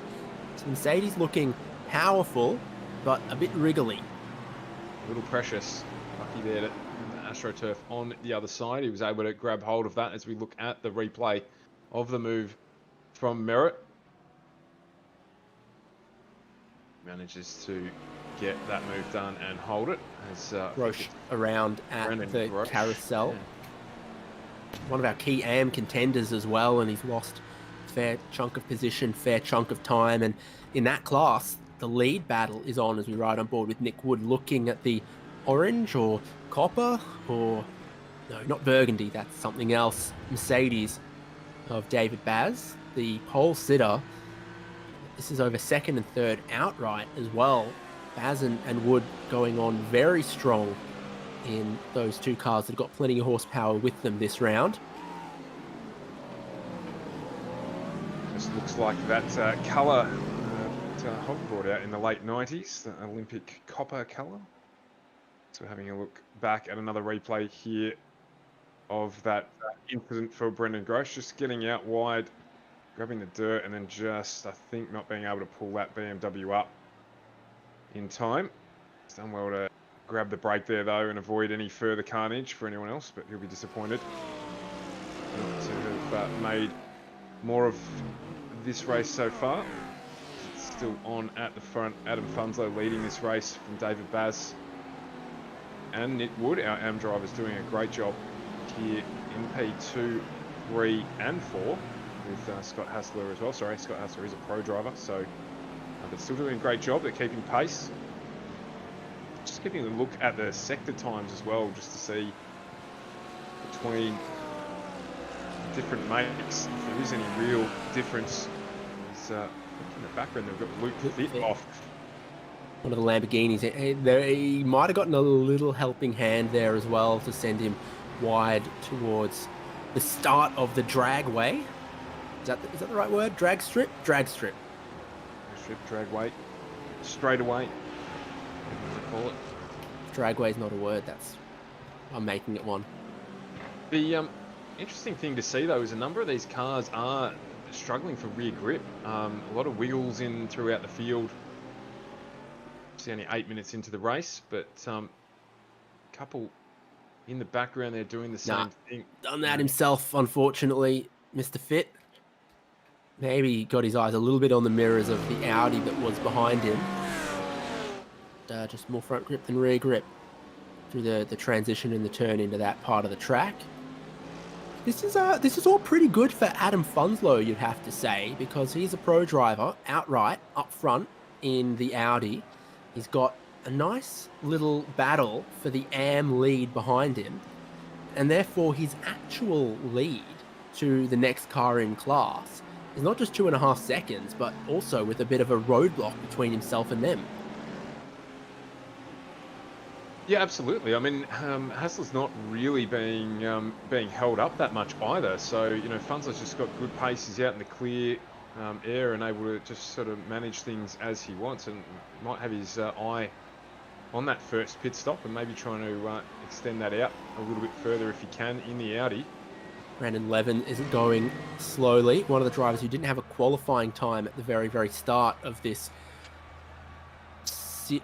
round. So started at the back in race 1, didn't get a good start position for race number 2. We got some pit callers like John Merritt and Jai Potts.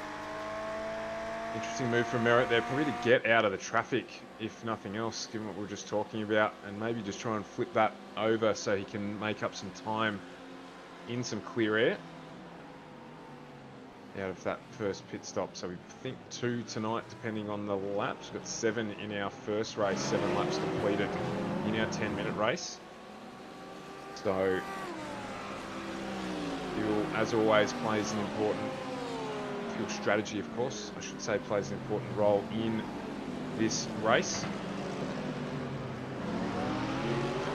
So a bit more going on here. Got Ian Jordan in front of us on screen. Fit and Caleb Belloc all battling away. This is for 11 outright. Lamborghini all over, battle for 17th, I should say, all over the back of Caleb Belloc. There's Jordan Bitt, who's involved in this one. Joshua Fit even. We'll get there eventually, boys. The rust is hard to remove. If only there was a store of things that sold stuff that might include rust removers. Yeah, no, and I was hoping that you would be picking up what I was putting down. That didn't disappoint whatsoever. So we're having a look at Vandel here. Just not quite able to close up on that Porsche in the Lamborghini. It's been a good run. If we can get that Lamborghini slotted inside the Porsche. Not really making any ground in the draft. Shows you how closely the cars are set up as he looks down the inside here, and he's managed to just squeeze up. I think he's overdone it. He has. He's overcooked it. Seb Vandel. The classic over-under as well from the Porsche driver, but it might not be enough. Maybe wasn't wise enough to it early enough. Both of these cars well trimmed down at 96.5% power, and just showing him where the track limits are through that corner. Yeah, Harry Lawrence there just getting pushed a little wide, all legitimately, but just in that. Dave Baz off the road from the lead of the AM class, dropping backwards and causing a little bit of a traffic jam as he rejoins as well. That flash of the headlights, I'm sure, means what a very considerate rejoin. I'm not mad at all, but a lot of drivers now heading for the pit entry as well, and clever stuff actually from the Lamborghini driver there to Fox and gain some positions or two from Sebastian Flock. Here's what happened to Baz. He's up on the curb as he goes to turn in, loses the rear. Nick Wood goes through to the leader class, and so does a whole heap of other drivers.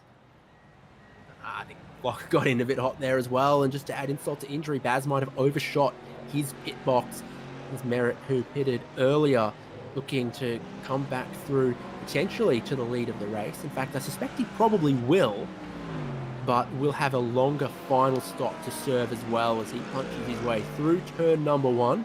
Only a couple of cars in front of him at the moment. And super cheap auto underbody rust coating, 400 gram can, $14.99 at the moment. So that that's not rust remover, it's rust prevention. But, prevention is better than the cure. Noticing as well there, absolutely, that Super Cheap Auto had that on board. Thank you for coming on with their Make It Super sponsorship of the series. So we're having a look at a replay. I might have missed that one. It's live. There's a lot happening on this outlap. Jeff Connell. A good move from Hamish Cleland there. In the lead over Adam Funslow as well. So I'm not sure what happened there. We've missed something. Funslow obviously had an off at some stage. So no, Connell's had a super quick stop. And Funslow, everyone else behind, pretty much on 13, 14 seconds. Connell, I'm going to call that a little bit of a short fuel, potentially, from Connell. He gets some very, very mighty track position. He jumps that sort of AM driver battle we were talking about, obviously. Baz went off the road, but Nick Wood is still in there. So he manages to get ahead of that, whereas Bo Albert is still behind. Bo managing to find a paint scheme somewhere between Moneycore and Hockenheimring. Bass was coming under pressure as well from Seb Flock just in the background. So there's plenty of battles going on right throughout this field, out of the first sequence of pit stops. Yeah, definitely a good move from Connell there. There are some pretty solid groups getting around, 6 or 7 cars together, just unable to get the move done, such as the balance of power in this series. Mercedes, BMW, Mercedes and Lamborghini, as we're on board with one of those Lamborghinis. I think Seb Flock just stretching their hand there.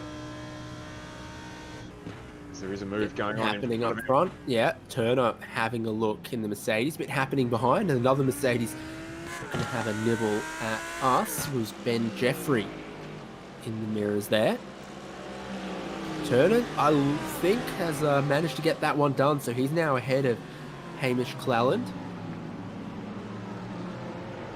Bad for being almost completely around on lap 1. And Jordan has had an off in the background as well.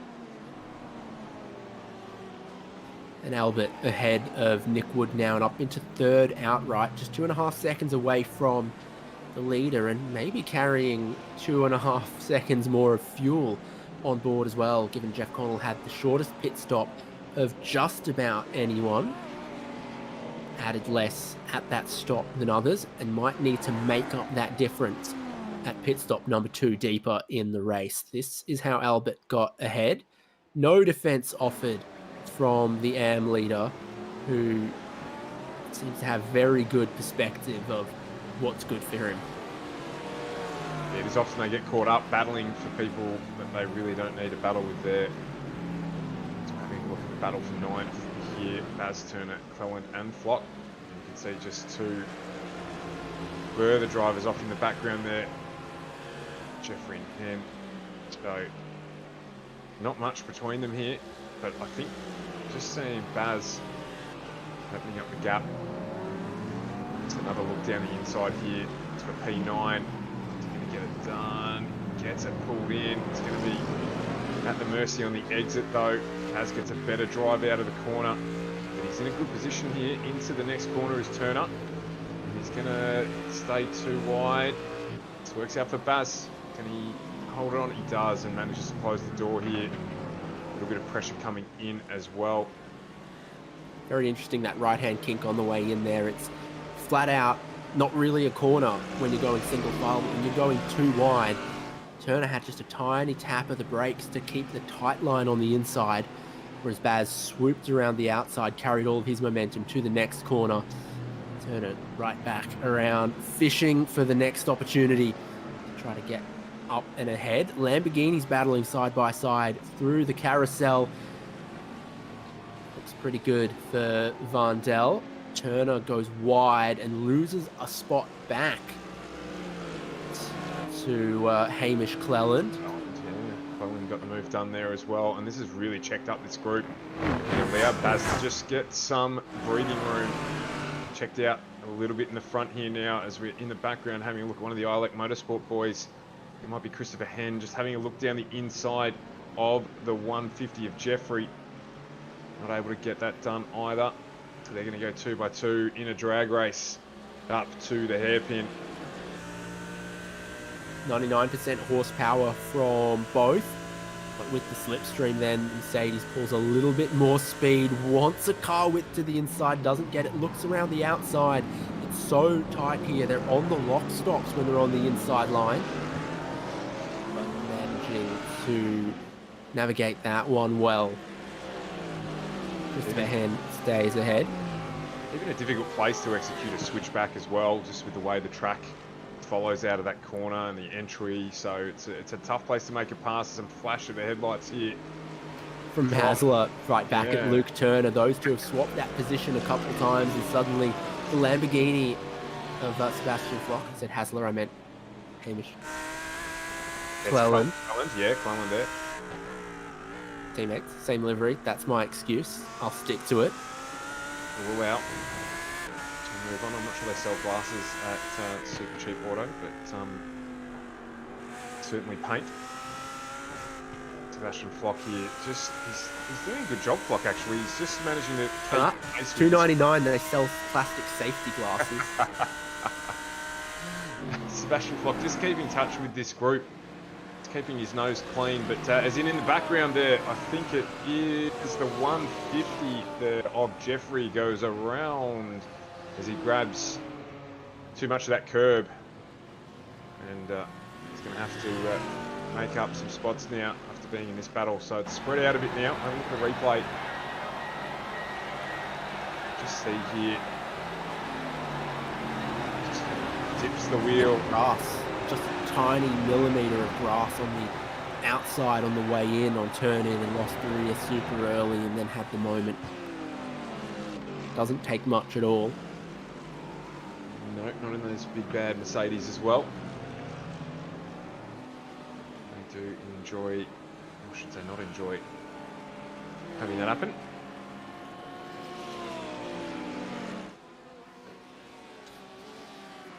Nick Wood is flying at the moment as well, by the way, because I was just looking at what the gaps were inside of the top 5, and Jeff Connell set his personal best lap of the race, but he doesn't have the outright fastest lap of the race. Nick Wood does, and has gone very close to matching it last time as well. Well off the road goes Sebastian Flock, but he will rejoin without losing too many positions. Just the one spot lost to Christopher Hen, now back in front of Sebastian Vondel, who has a dive at him. Again, another difficult place to execute, to hold on that outside. Giving him the commentator's curse as well. Not just for that said, but I have to do it to someone once a broadcast. As again, we jump back on board with Nick Wood, and he's in the Beamer too, so as Seb disappears off into the distance as well again, so well and truly giving him the mocker. More dramas for Flock, losing the rear in turn 1 and then losing those spots to Vondel, Brookfield and Harry Lawrence. So Vondel ran it out very wide in the final corner, then in towards turn number 1. Flock, it's that apex curb for sure, not on the entry, on the exit. Look at the line from Harry Lawrence to say, nope, I'm staying away from the hind legs of that horse. Very, very well to run that around the outside. Having a look at Sam Lehman and Jai Potts at the moment. So they're having a good battle for 4th and 5th in our AM class. Gap's closed down to half a second now between the two BMWs. Saw this last week from Sam Lehman. Just nice and consistent, and enables him to get into a position to fight for the points. So about 18 minutes to go in this race. Positioned quite well for the run home to the finish. It stands to reason that the fastest drivers in the pro class would be out the front and out clear, and that the fastest drivers in the AM class would be well served results-wise by just not getting messed up in midfield nonsense. And we've seen that a couple times out of Nick Wood, now out of Harry Lawrence, for example, that they know a good result relies on just not getting mixed up in anyone else's nonsense in the traffic they then maybe find themselves in. So a couple more stops. Turner and flock in for the fuel that will hopefully get them to the end of this race, maybe 10 more laps. And 41 of Hamish Cleland. How many style points are we given that? I was going to say, he's obviously decided to spice it up with a little bit of drifting. It was pretty impressive. Managed to keep control of it. Only lost one spot as a result of it. And keeps it going at 41.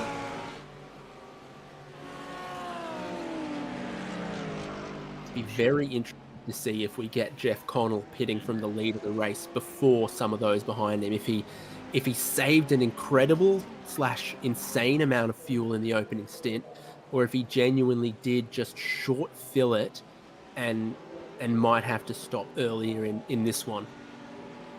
To quote Meatloaf, you took the words right out of my mouth. I was wondering, when are we going to see Jeff Connell come in, and whether or not Adam Funslow, who's maintained that gap reasonably well, it hasn't blown out after that pit stop.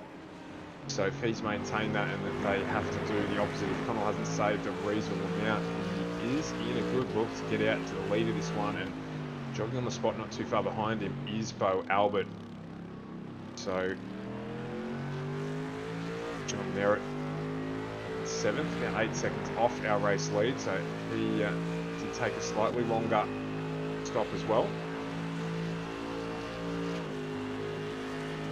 Almost identical fastest and last laps between these two, being Jeff Connell, our leader, and John Merritt. So having a look at Merritt now, just behind Joshua Fitt. Yep, 59, Simrix.com Ferrari. So they're forming up with some good battles here out of the next pit window. Capel, Hassler and Fitt all within touching distance of one another. We've got some good battles between Jai Potts and Sam Lehman down in the AM class as well. Both with very liberal use of the colour turquoise. Absolutely a favourite by the look of it. Sam running the semi-official livery of the AusPro Sim Series Season 9. Simrix.com adorning that one. So we thank them again for their ongoing support, along with Exodus Racing of the series. Here is Connell pitting while the rest of the field carry on, so he does have a debt to pay in stop number 2. Jeff Connell looking for his crew, looking to take on board fuel. John Merritt also has to make his second stop now. Adam Funslow back into the lead of the race. Bo Albert just behind him. Nick Wood leading Am. Then Capel, Hasler and Fitt. Stop then for Connell. 14 seconds. You might expect closer to 10 or 11 for these drivers when they make their stops. Obviously battling predominantly against Funslow and Albert for this outright race victory. There's a move between Fitt and Hassler as well. It's the change of position there. Joshua Fitt moves that Ferrari up one place. There's a gap there, so I'm not sure if anything happened or if it just was racing. So we're waiting now impatiently to see how this plays out for Jeff Connell. He's come back out in 7th. He's got a little bit of clear air in front of him as well, which of course is an important outcome of that early pit stop, was to give him that clear air along with that shorter stop. Yeah, so pit stop number 1 being short gave him clean air. Then what could have submarined his plans is if having pit stop number 2 come up earlier saw him rejoin into traffic for these next couple of laps while Funslow and Albert have the clean air, and obviously they've got another lap to go in this one as well. So now a delta of at least 2 laps between Connell's stop and Funslow and Albert's. So a couple more drivers jump into pit lane. Flock and Levin have gone in. Hassler's gone in as well. So Scotty Hassler on screen now. We jump back with our race leader, Adam Funslow. And a very impressive drive from him. But Bo Albert just narrowing the gap last time around. He is fun, but he's not slow.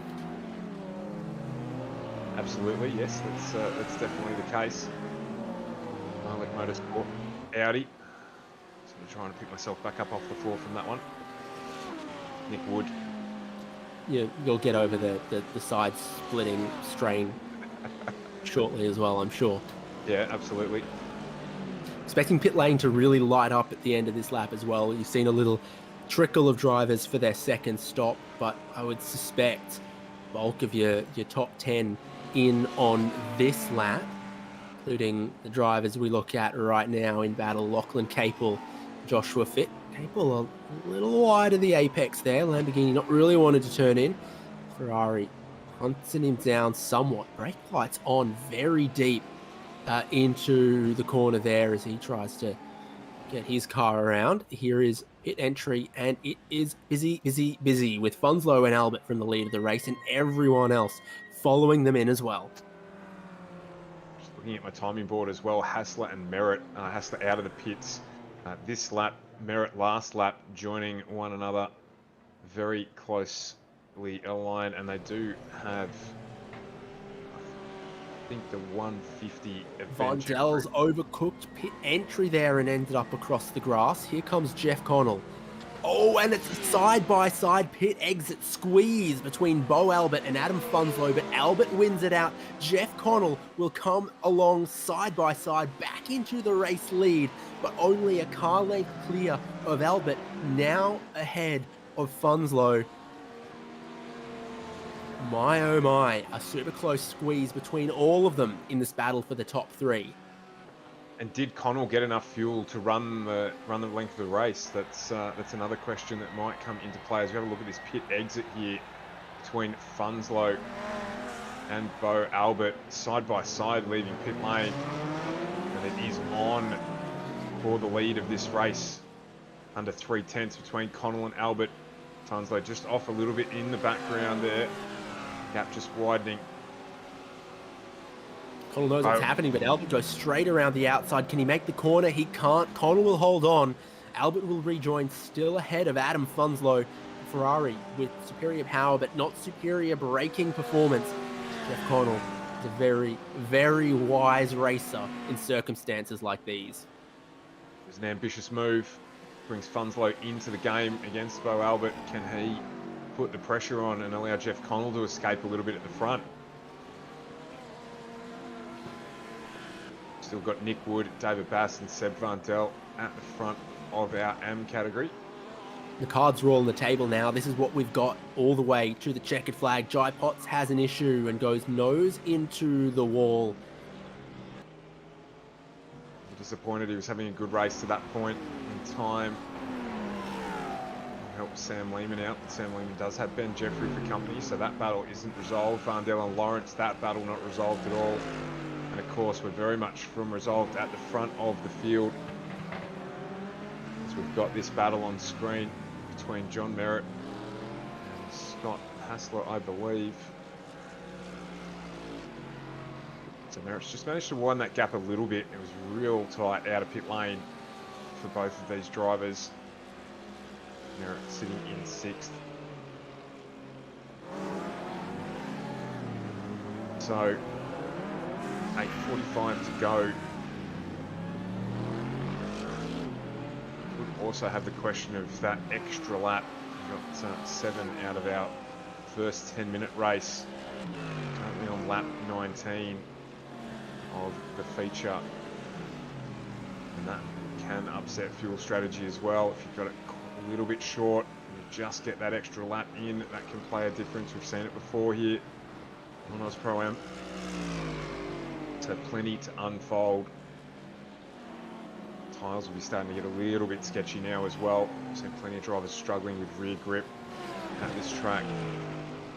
Track's been cold all this time, but that just appears to have made the cars a bit pointy, a bit skatey, a bit sketchy, and then worn the tyres from that. So, yeah, interesting how the track surface and the track temperature affect the tyres in these longer races.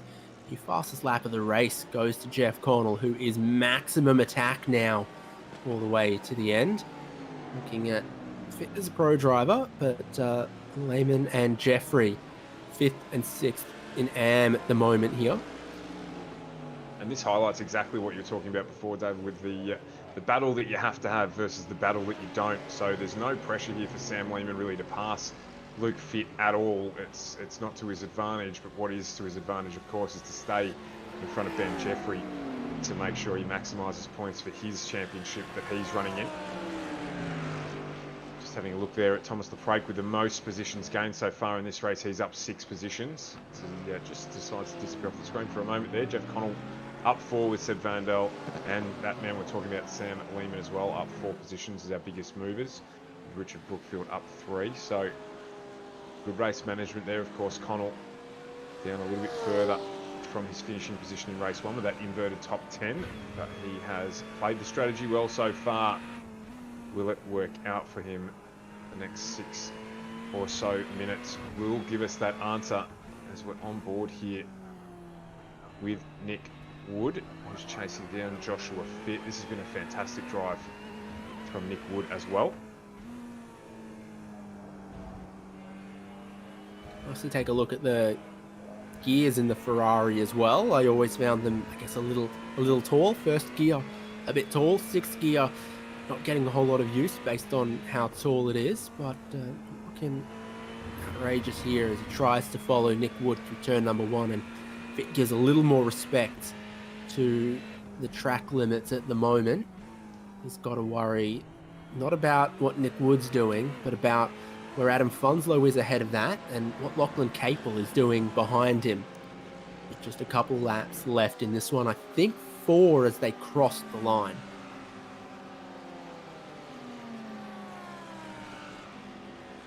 Connell has managed to stretch that gap again ever so slightly, 1.8 seconds now to Bo Albert. And Funslow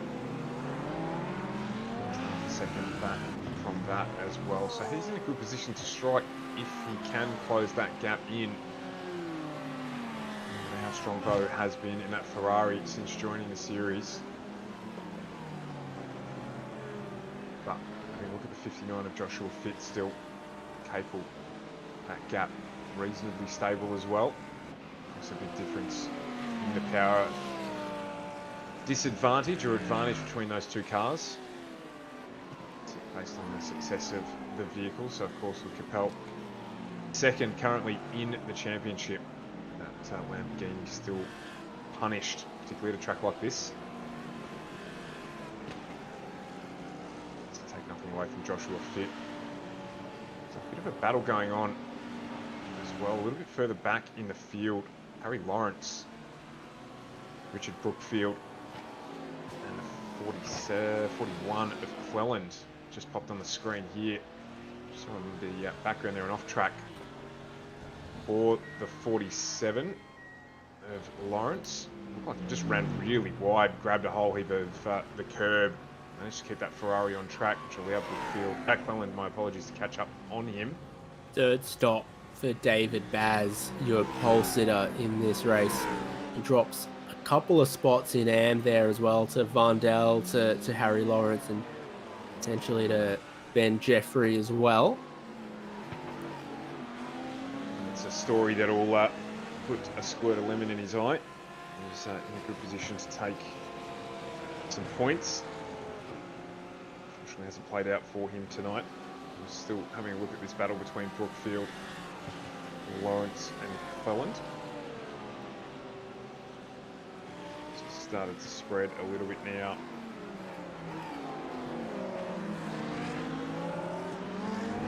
Yeah. Just boys do a good job on their livery. It's presented very well. Connell stretches the gap at the front further now, out to 2.4 seconds. That's all the blistering pace he's had in this phase of the race since his final stop. He might have just kept a little in reserve in the first stint, kept a little bit in reserve in the second stint, but he has just gone absolutely full chat since then and walked away from the Ferrari of Bo Albert, the Audi of Adam Funslow, and indeed the whole rest of the field. Still holding fastest lap of the race. With our makes on the screen there, you can see a good mix inside our top 10. of the Pro class. And was a little bit more heavily favoured towards that BMW. But overall, look at that.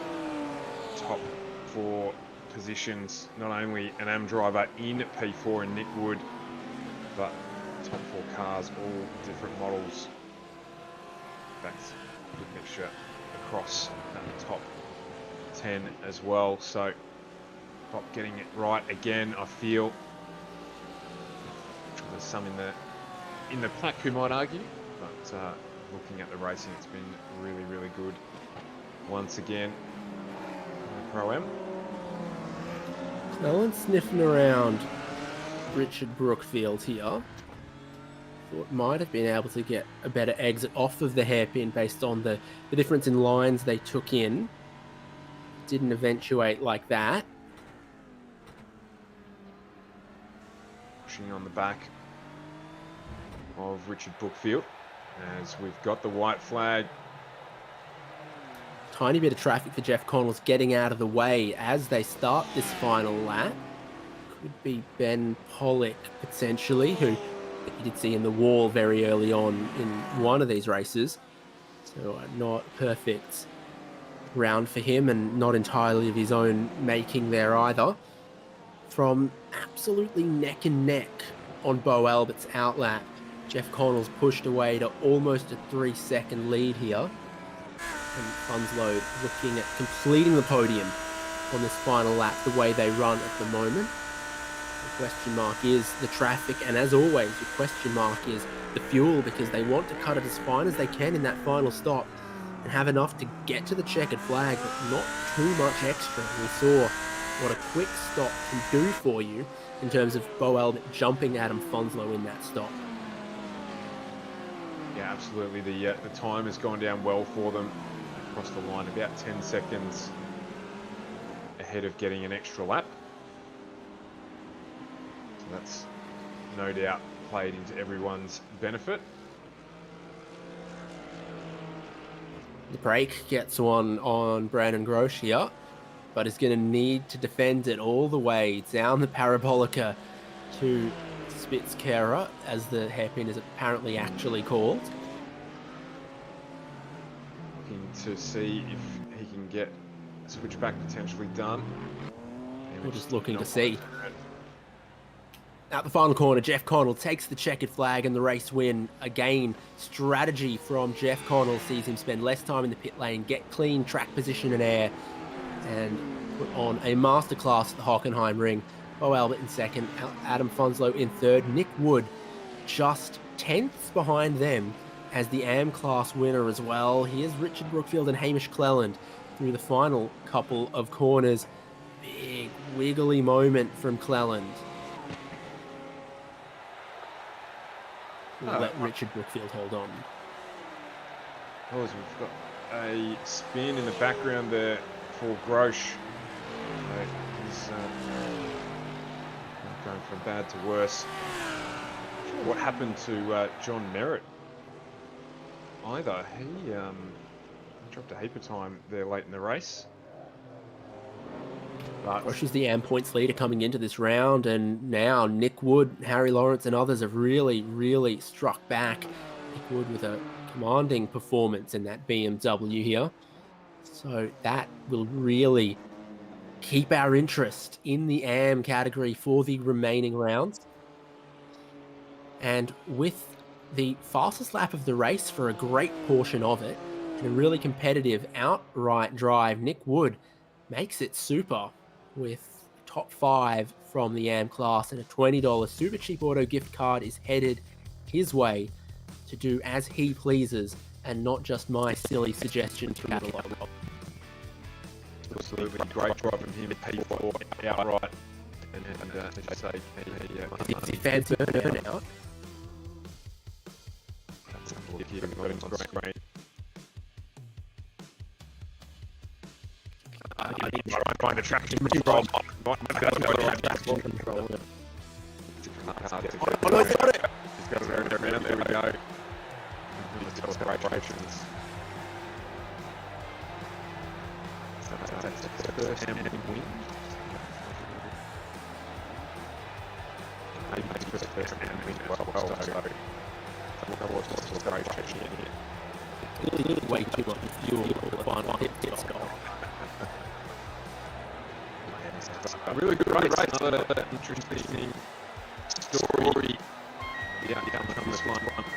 Championship effects that it will have. But let's have a look at our race 2 results here at Hockenheim with Jeff Connell taking out the win with some great strategy and a really strong final stint to take out P1. Bo Albert in P2 in that Ferrari, not able to do anything after an aggressive exit on that pit stop, but still holding the position against Adam Funslow that round out our top 3 drivers. As you said, Nick Wood taking out 4th and 1st in our M category with Joshua Fitt in 5th, Lachlan Capel in 6th, and John Merritt in 7th, Scott Hassler in 8th, Luke Turner in 9th, and Christopher Henn rounding out our top 10.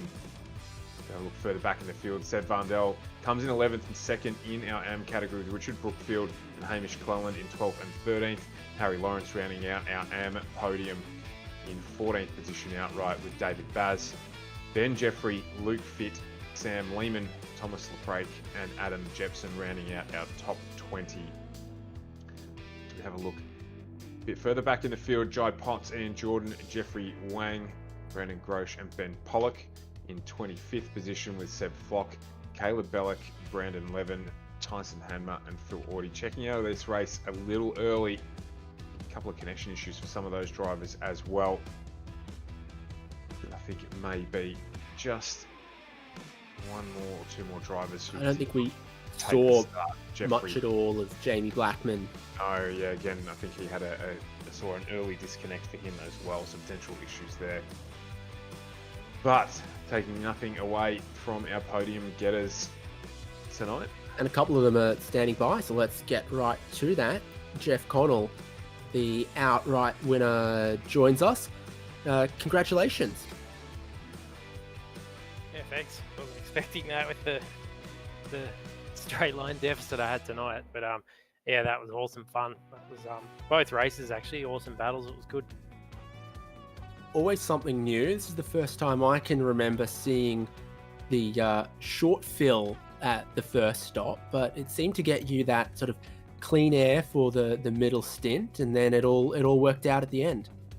Yeah, normally I hate doing that because you sacrifice the second third of your race with other traffic and you have a longer stop than everyone you're battling. So if anyone can latch onto you and get in the tow and you can't get away, then it's pretty risky because they'll just overlap you in the pits. But no, it worked well. I was just so lucky to get the lead out of pit lane, and then I could just go berserk and try and break the tow, which I did. So had the longer stop at the end, but still just scraped in. But I thought it was worth taking the risk just with the Porsche being so down in the balance of performance. There's no way I was going to pass anyone on track. So it didn't matter how close I got coming onto a straight, there was no chance. I had to try and do it in the pits, which paid off.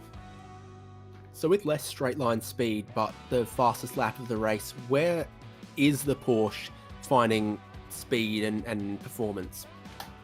Oh, I don't know, like it felt terrible in those long last corners where, it felt like it would understeer so much, but that's where I seemed to get away when there were cars in the mirror. So I guess there was a bit of pace there. But yeah, it makes it interesting racing. Like, I hate blocking like it's the last lap early in the race, but with Bo behind me, I just had to. Otherwise, in the Ferrari, he would have just sailed past down the straight. So, it was good racing. It was good on him not to take me out when I was blocking like that pretty early. So it was an awesome battle. So, it was fun. Well, congratulations again, and well done. You pull it off, you move through the field, and you take a good chunk of points. Yeah, cheers. It'll be tough next week with the deficit with those long straights at Nürburgring. I don't think I stand a chance. So, but yeah, it'll make it a good challenge and hopefully be fun anyway. We'll see you then. Cheers. Jeff Connell, the outright winner, and Stu, we're going to be able to grab what's probably a pretty happy Nick Wood. You've got him.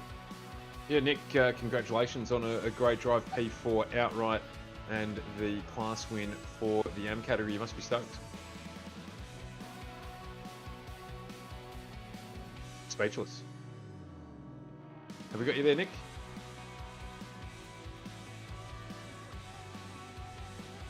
I think he might be having an issue there with his mic, perhaps. But Nick Wood did take out the AM win there, and also the Make It Super Award from Super Cheap Auto for fastest lap of the race for majority of the race there, but also just a really strong and consistent drive. Our next round, you heard it mentioned there with David that we head to the Nürburgring for what will be a really interesting race across both the GT4 Pass 2 category and our Pro-Am category here next week on SimSpeed. And David, you're probably looking forward to that one. Yeah, I'm looking forward to flexing even more of my German pronunciation as we go. Plenty of opportunities around the Nürburgring Gesamtstrecke 24-hour circuit. So join us on SimSpeed TV for that one next week. But again, congratulations go out to Jeff Connell, race winner there, and the AM winner Nick Wood, who we would have really enjoyed having a chat with. Obviously, you had to, go run off somewhere potentially. And we've got to give also thanks to the sponsors who make it all possible: Simrigs.com, Exodus Racing, Super Cheap Auto, Echuca Toyota, and Index Designs. Great racing from the Hockenheimring. And the Simrigs.com Oz Pro-Am Sim Series stays in Germany next week at the Nürburgring.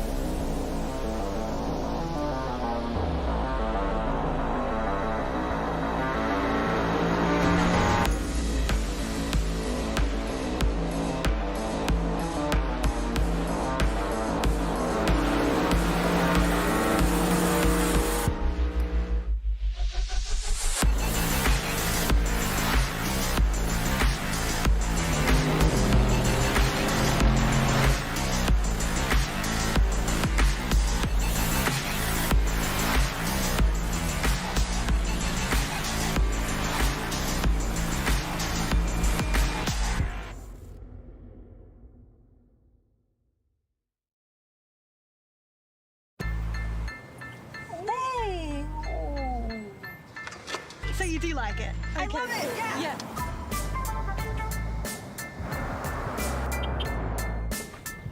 Now when you go pre-owned, you can enjoy the same feeling you get with a new Toyota. Tested and backed by Toyota. Upgrade your car, mate. This? Yeah, no big deal. Toyota certified. Pre-owned in a class of its own. Oh, what a feeling. Toyota.